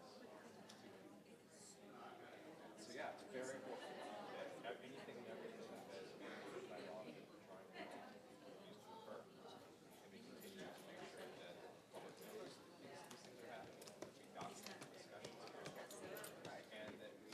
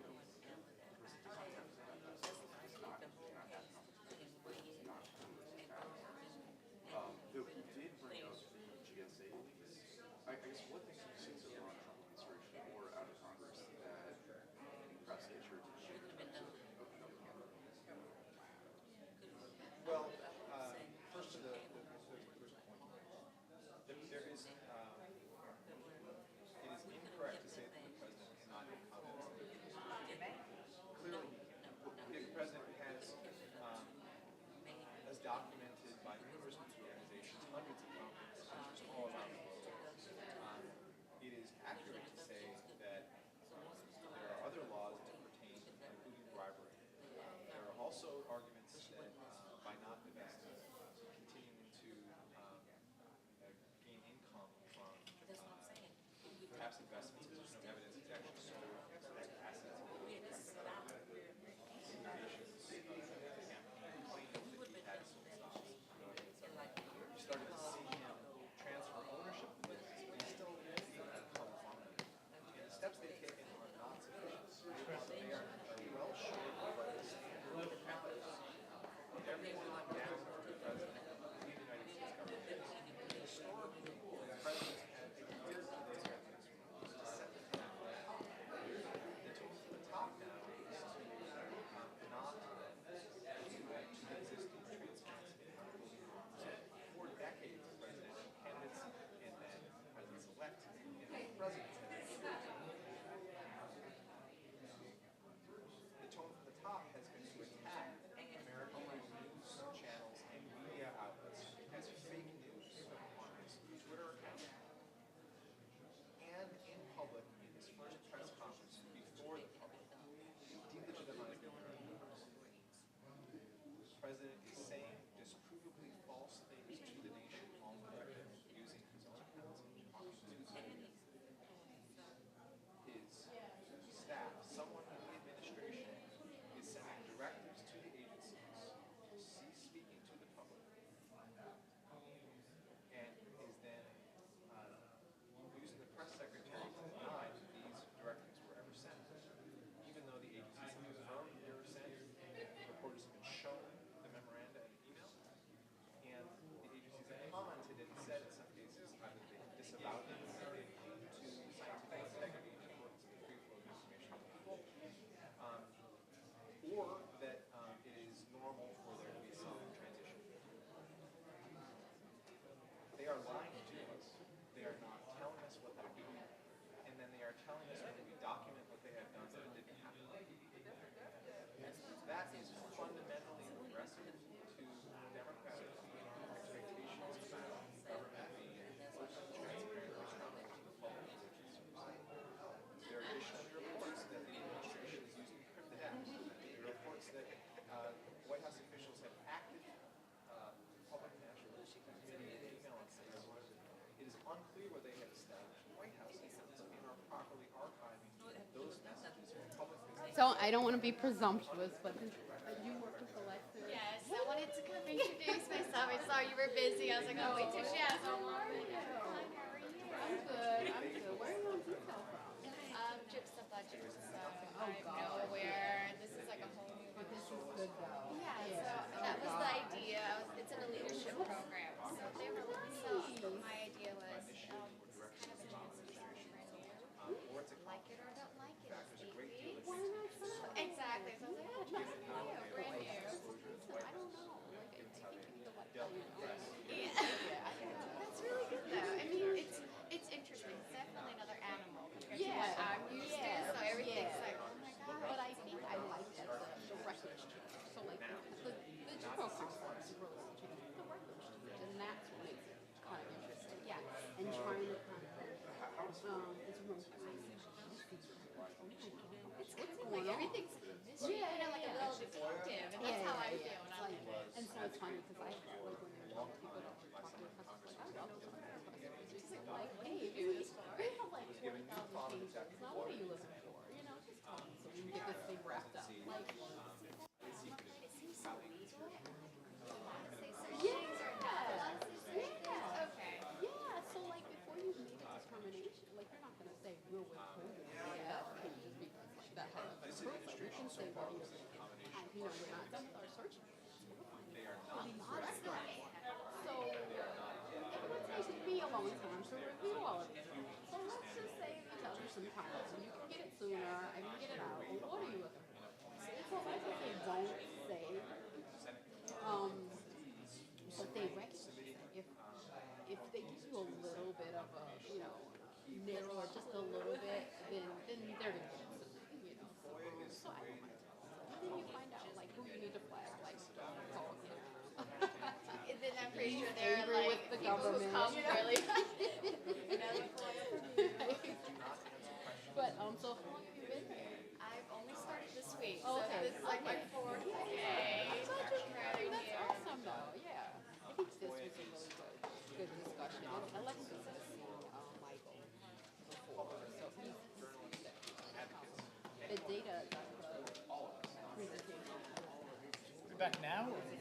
Yeah, probably. Yeah, yeah. But it's really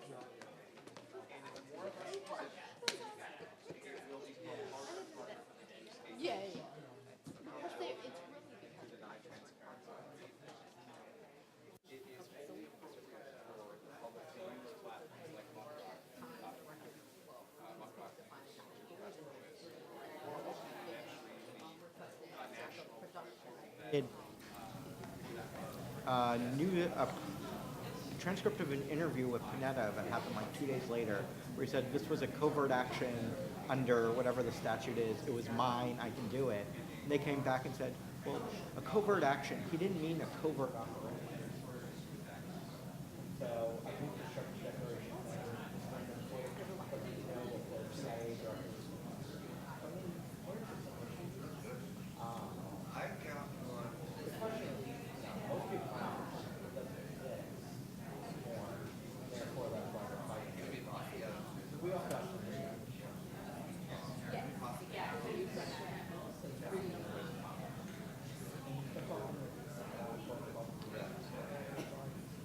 Yeah, that's actually, you argue that too. yeah, we did. There's some statute. I mean, I had, it's interesting. I finally got a response from a lawyer about ages ago about CIA's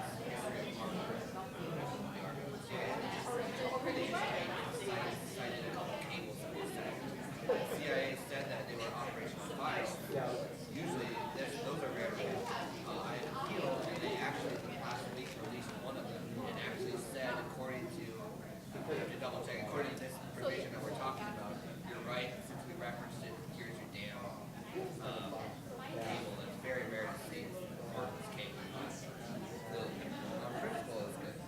yeah, so we'll see. I mean, we don't challenge classified material all that much because it doesn't work out all that well in the courts. But yeah, it's fun to do every once in a while.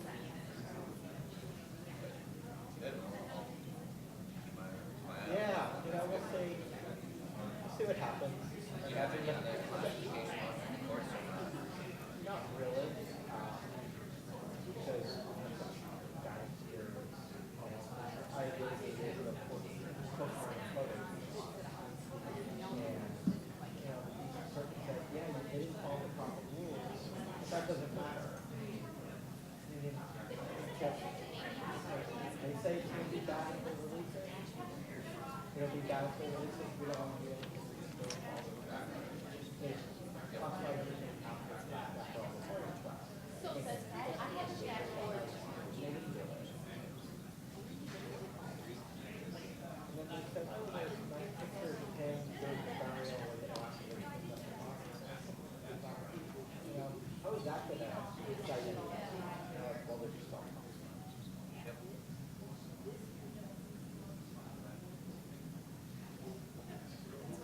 that's her.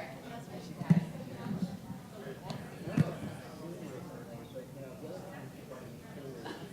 Anything that there's a potential gang factor between CIA and the defense, sometimes CIA and that's like also the secretary and CIA. Yeah, we're famous, Raymond. Yeah. If you haven't trained them, you're not from the CIA yet. You see that in a couple other places where it's like, okay.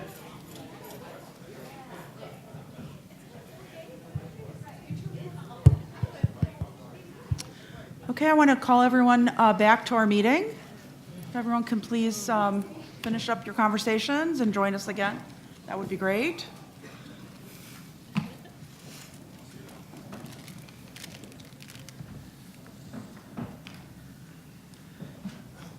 And we still have folks on the phone. Are you still with us? Yep, still there. Okay, great, thank you. So we're back. Hopefully everyone had a good break. We are now going to turn over to our subcommittee on searches. We are do not have a speaker today, so Nate Jones, the co-chair of the Searches Subcommittee, will be our speaker. And unfortunately, as I said, Logan is TBD for the time being. So Sure. Take it over. Sure. So I'll make some comments, and then I'll allow the subcommittee and everyone else to expand on things or say things I missed or disagree with me. But we had our first meeting, and I think I'd like to start it by making out a larger point. I think one of the accolades that Michael, our excellent last speaker, that was a bit buried, was his success in actually following President Obama's instruction to reduce FOIA backlogs 10% every year. And he successfully did that for 7 years in a row, 8 years in a row. And I guess I'd just like to say, what if every agency had done that? What a better position we had been in had they listened to the president's mandate, as Michael said.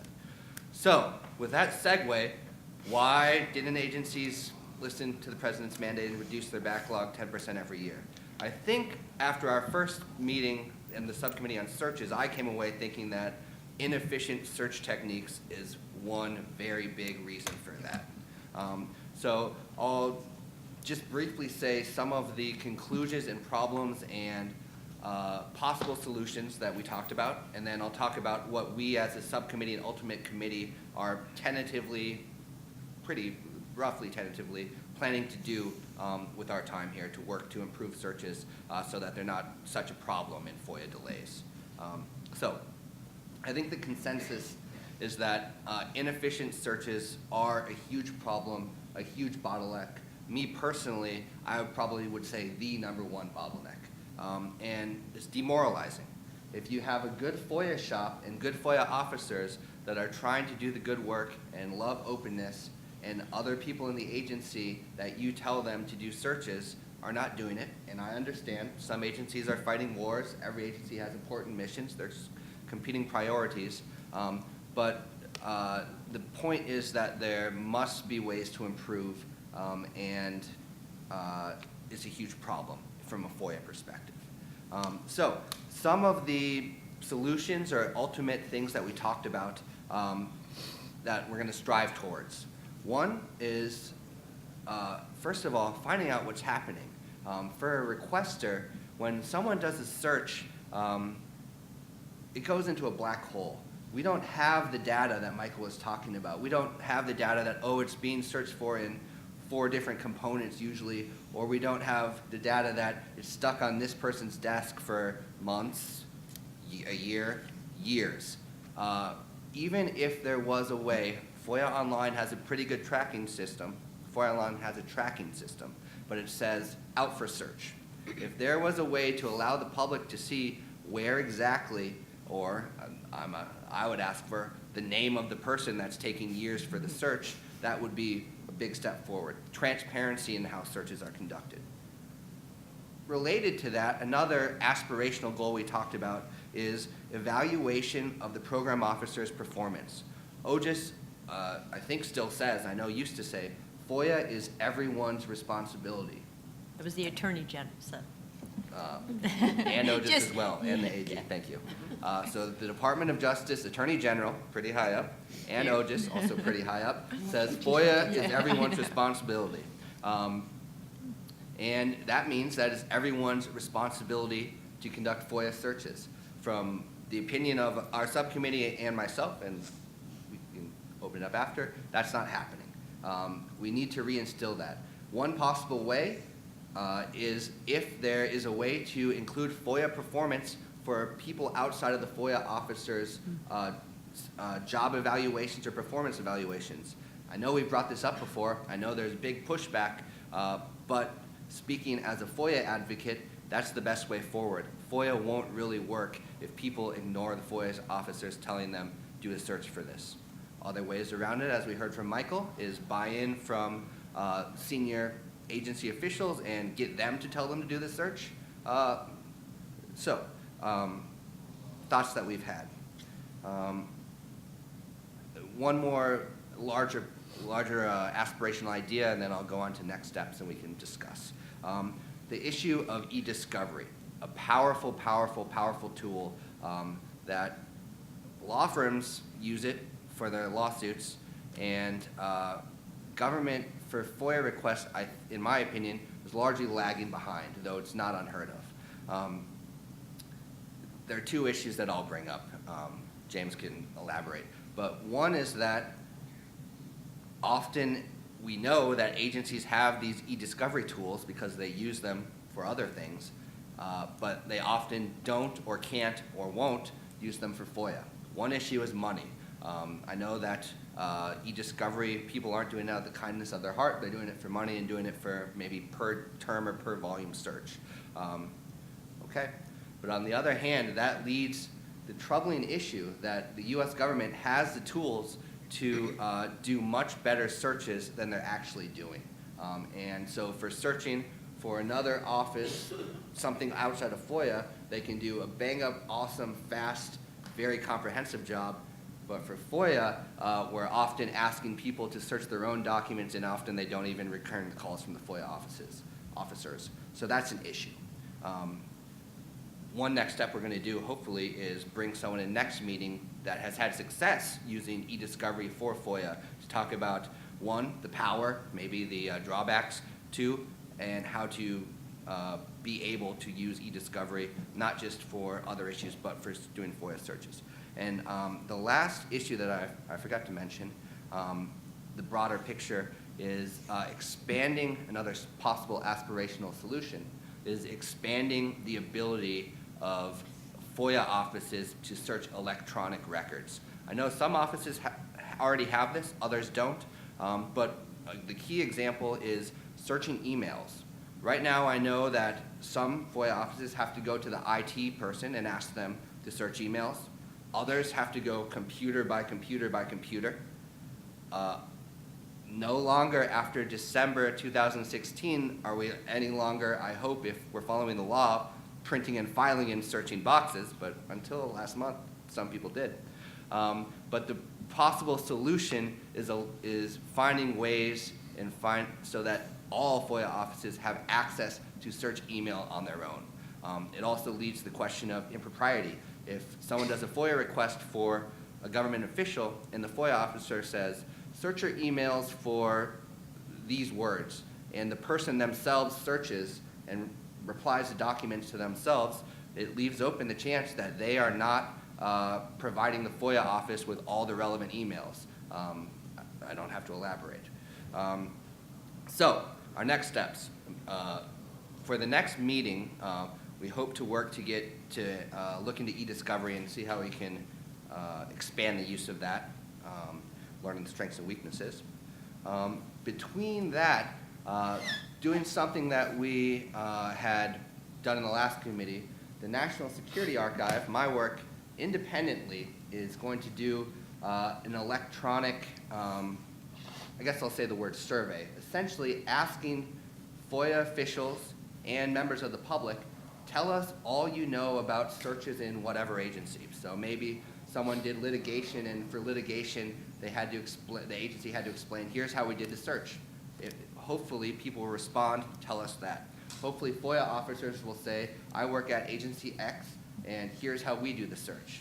Agency Y is using Z. And then the hope is, by the next meeting, to compile those answers and publish a lay of the land. Because right now, maybe I'm missing something, there's not really a public description of the different varieties and efficiencies and inefficiencies of how FOIA searches work throughout the government. So that's our next step. And then our final, or a goal that we have beyond that, after compiling the data, reviewing, coming to conclusions together as a subcommittee that we all agree on, is to issue a set of best practices that if you want to have a gold star agency, this is how you should be doing your searches. And if you're not, you should be striving more towards doing this. So that's all I have. I'm sure that maybe we can open up for members of the subcommittee and then the public, or then the full committee, then the public. Sure. Thanks, Elena. Sounds great. Thank you. Joe, did you want to? I think Nate did a great job, so I don't have anything else to add. Thank you. The only point that I would add about the e-discovery is that it's not that it's unavailable to FOIA requesters, it's that it becomes available to you once you're in litigation. And so the incentives we have now are for the agency to not conduct the search and for me as a requester to get in court as fast as I can so that I can access that tool. Melanie Peste, I just wanted to probably reinforce and echo, in particular, Nate, the point you made about, I think that the best sort of path forward in terms of efficiency on the issue of search is to have the most possible control in the FOIA officer's hand. Because obviously, like you said, agencies have their missions, which of course we all benefit from, and we want them to do their missions. But the FOIA officers, our mission is FOIA, so we are motivated to do the searches because it's our mission. So to the extent it can be in our control, the greater proportion of it that can be in our control as FOIA officers, the better for FOIA altogether.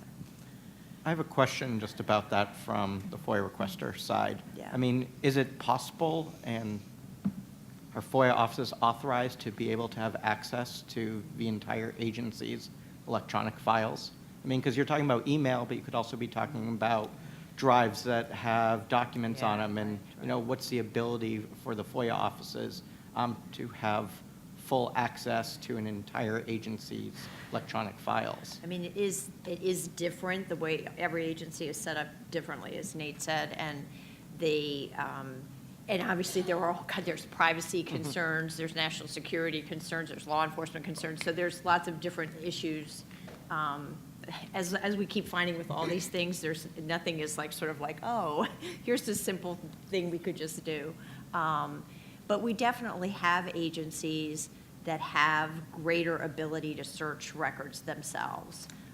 So I think it sounds to me like it's a very valuable thing to sort of try to sort of chart out kind of some of the ways agencies are able to do that.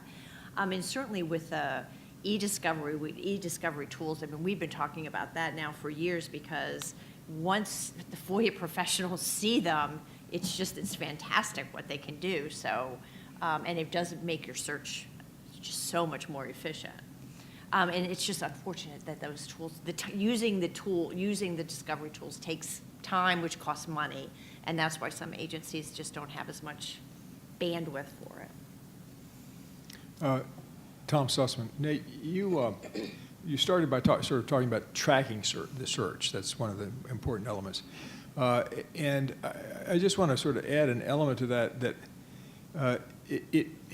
it needn't be mechanical and sort of done in a black hole. That is the concept of, okay, here's a request, here it goes to someone, and the search begins. And the requester sitting there, not knowing quite what's going on. At best, maybe would see a little dial going, moving forward in terms of days spent, but you're not going to be able to track where they look. And that's where communications back to the requester comes in. Melanie nods because I make this point at her best practices every time. That, I mean, I had an experience a number of years ago with the FBI. I knew the document. I had seen the document. I knew the memorandum. I made a request, a FOIA request, and they couldn't find it. And it took a long time. But I was getting a call back every few weeks saying, we think we now have a new place, and we're going to, I'll let you know what happens. And, I mean, what a comfort to know that they were still looking and trying new ways of looking, new search terms, that could be in storage, it could be art, things like that. So I think that's as a best practice as part of the search process to keep the requester informed. I think you cut down on some litigation that way. Oh, yeah. I think too, obviously Melanie again, but the advantage, and of course we've talked about this kind of thing before, to the extent agencies can work with the requester to sort of prioritize where the search will be conducted, what kind of search terms, that can help too, and that maybe when a requester is told, to search these officials' files, we have to do all these different steps, they're accessioned, their records are out in Suitland, do you really want us to do that, or should we focus on the current employees, things like that. The dialogue then helps frame the search, which makes it more efficient. They really work hand in hand. Could you clarify a bit how you're going to conduct this survey? I thought you said that it's going to be done by your organization. Is it going to be represented as an activity of this committee or a subcommittee? Where I'm really going with this is that in one direction, you would need to get some internal approvals. In the other direction, how are you going to get the agencies to respond without a FOIA request? Sure. Let me choose my words carefully, but that being said, we did this same exact thing last time.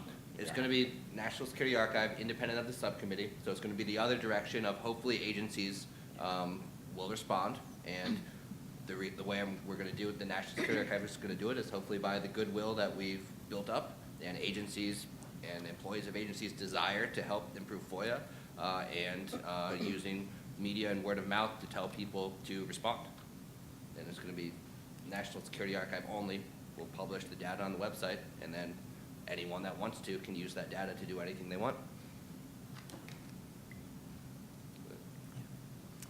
Ginger McCall, I wanted to say something related to what Melanie said, and also to highlight a point that Michael Marquis made in the last segment. One of the things that he said that was striking to me was that he essentially got buy-in on the technological system the agency was acquiring with the vendor as the system was being acquired and designed.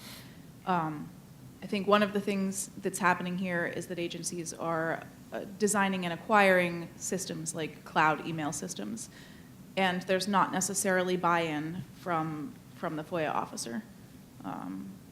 So it would be helpful to have that person at the table as agencies are acquiring these systems. Sounds like a good best practice. This is Raynell here. So I just want to speak to the issue of what Melanie talked about, where she said probably it'd be a great idea if the FOIA officers had more access to the records throughout the Bureau. And I think that while on its face that's a really great idea, I just wanted to throw the caveat out there that sometimes they're very, very complex requests, and we consult with our subject matter experts quite frequently. And while it may seem like we know what we're looking for, we'd be able to interpret a request and be able to satisfy that request without having to bother the programs or take them away from their primary mission. I found that it's extremely helpful to rely on our programs to narrow the scope of requests, to focus us where we would have conducted a very inefficient search. They can say, no, no, no, no, no. That's not what they want at all. And they explain requests in ways that we had, better than we could have ever interpreted it, because they deal with these records on a day-to-day basis. So I think for emails, maybe that's something where you can do a quick keyword search, but I think, and a lot of times I find that it's very helpful that the programs are responsible for their records. That's all I meant to say. Yeah, it's Melanie. I mean, I couldn't agree more. Yeah. And it's really true, like the program, so really you have to have both halves of it, because the program or your experts in your agencies might be able to say, oh, well, when they're using this term in their request, they're meaning sort of this kind of record. And the FOIA person might be, oh, I didn't realize that was some special thing that meant something. Okay, now I know to search here. So you definitely need both, absolutely. And so the ideally then, either the program office is able to just say, here, if they were able to just say, here's the records, then it's no problem. But otherwise, if they could say, FOIA office, now we've told you where to search, but you can do the search while I go on to do my program work, then that would be a good outcome. Any other thoughts from the committee members? And let me also invite committee members on the phone if anyone wants to chime in.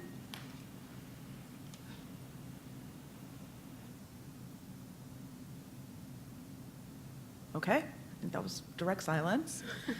Nate, anything else you want to talk about? No, look forward to working with the subcommittee and the committee to make tangible progress to improve FOIA searches. Okay, great. Thank you so much. Does any other committee member have anything to add to our discussion today about any of the three subcommittees' work? Tom? Yeah, I had a thought that I just wanted to share and perhaps get some feedback on. Having looked at the committee's activities from the previous session, the previous 2 years, there was a lot of work, a lot of energy, a lot of effort over a 2-year period, reports issued that were sort of large and covered a lot of areas, and out of all of that, only one recommendation in a rather black and narrow fee issue emerged as a recommendation of the committee and went forward. And it seemed to me that we might consider, since we're dealing again with really important issues, but they're very big and complicated, we might consider whether some recommendations could be carved out subject to mini MINI reports and put before the committee and voted on as we go along the way, so that we don't have to wind up at the end worrying about something giant and big and where does it all fit, or do we have many pieces to one report, or how does all that work? But we can go ahead and get it out there, and then perhaps at the end of the process say, what happened to the 3 recommendations we made last year, and begin to do our own implementation without assuming that there will be a renewal of the committee in a year and a half, or that any of us would still be around participating. Any comments or thoughts on that? Okay. I think OGIS, again, stands very prepared to help you move things along administratively and trying to make sure that there's a product at the end. I think that's a great interest to us. So whatever we can do to help facilitate that, please let us know. So thanks, Tom, for that comment. I think at this point, unless anyone else has any other comments, I am ready to turn over to the public comment section of our meeting. And we're running early, so that's great. Everyone can get a break for lunch a little bit earlier than anticipated. All right. So I want to invite anyone in the audience to come up to the mics and pose any thoughts or comments or questions.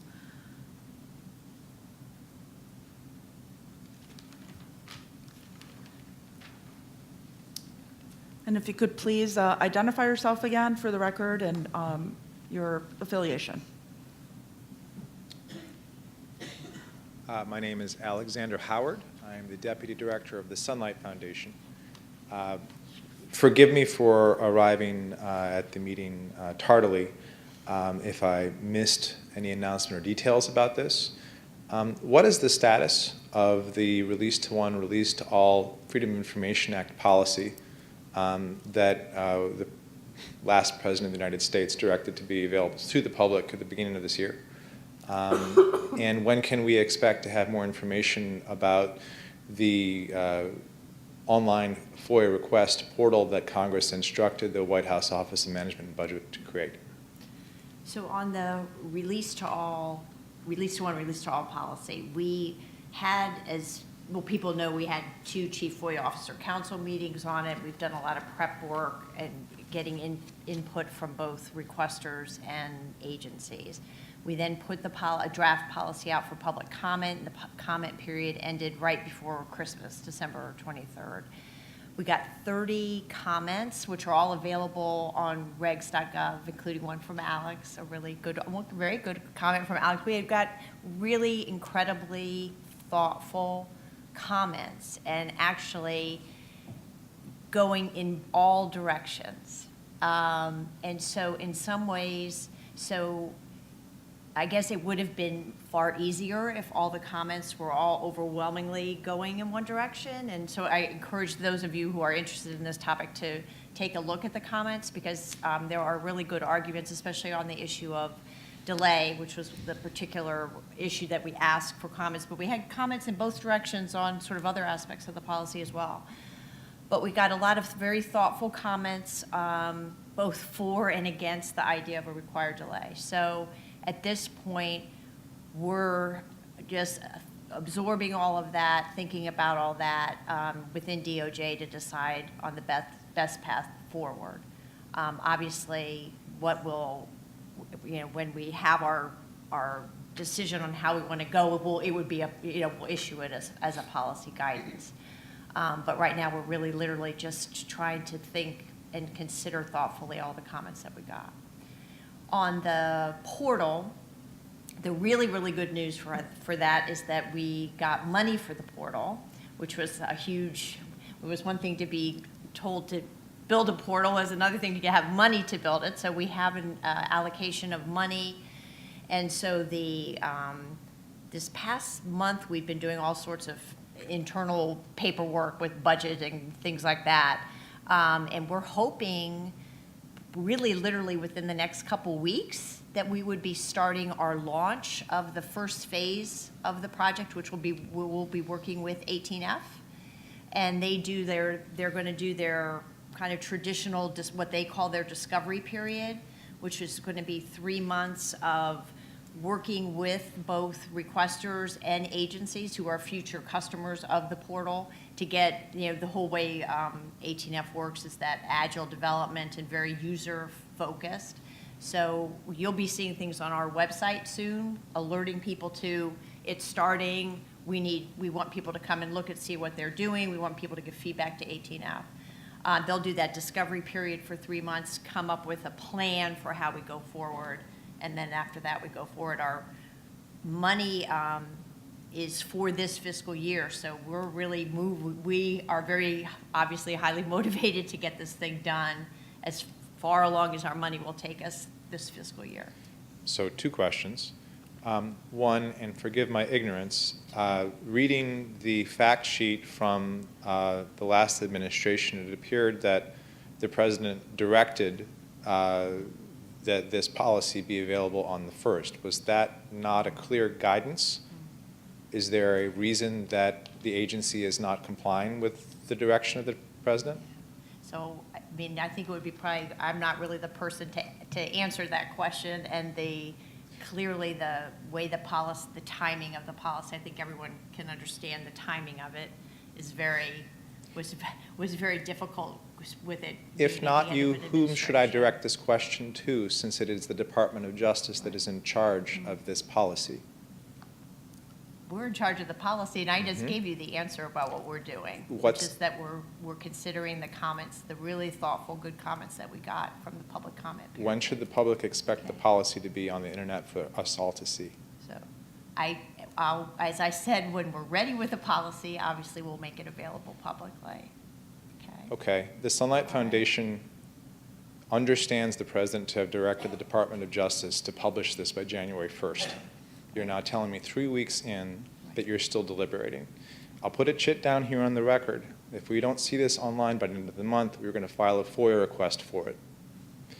To the second question, You our don't need understanding, to file a FOIA request for the policy because we put it out for public comment in you the put a Federal draft of Register. the policy out. You have not put the policy out as the president directed. You can see the draft policy on regs.gov. It's totally available. Alex, I'm not going to keep answering questions that are just sort of designed to be adversarial. So I think It is I'm our job done. to be adversarial. Well- That is literally what I've been told by my board and encouraged by the public to do. All right, never The mind. second thing is that I understand that Congress directed the White House Office of Management and Budget to build the FOIA portal. How much money has been allotted to it, and are they actually heading up development or not? So what I'm going to do is I'm stopping my response to this line of questioning. Should we request formally how much money has been budgeted for the FOIA portal from the Department of Justice then? It's just like this, I'm just not going to, it's so unnecessary to be adversarial, so I'm not going to participate in it.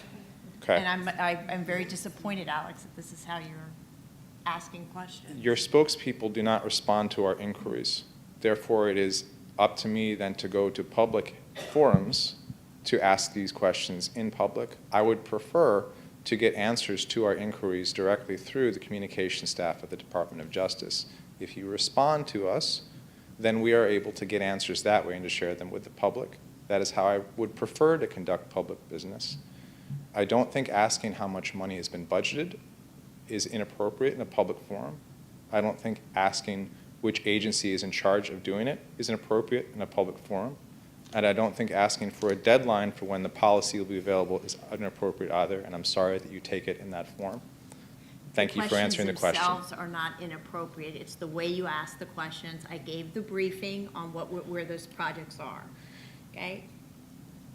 We're I'm- working on the portal. We look forward to updates from the department on that context. There you go. We also look forward to updates from the White House, given that they were the ones that Congress directed to build it. Thank you. Thank you. All right, any other comments or questions for the committee at this time? Anyone else want to have any other follow-up statements or thoughts about our next meeting? Anyone on the phone? Okay. I want to thank everyone for all their hard work today. I think we asked a lot of great questions and spurred a lot of great dialogue. Again, we're going to invite everyone to visit our website and social media for more information about this meeting, and invite everyone to come to our next meeting, which is scheduled for Thursday, April 20th, 2017, after tax day. So everyone should be able to come. We're going to begin again at 10 a.m. in the same location, and hopefully all of our AV difficulties will be resolved by then. And we stand adjourned. Thank you.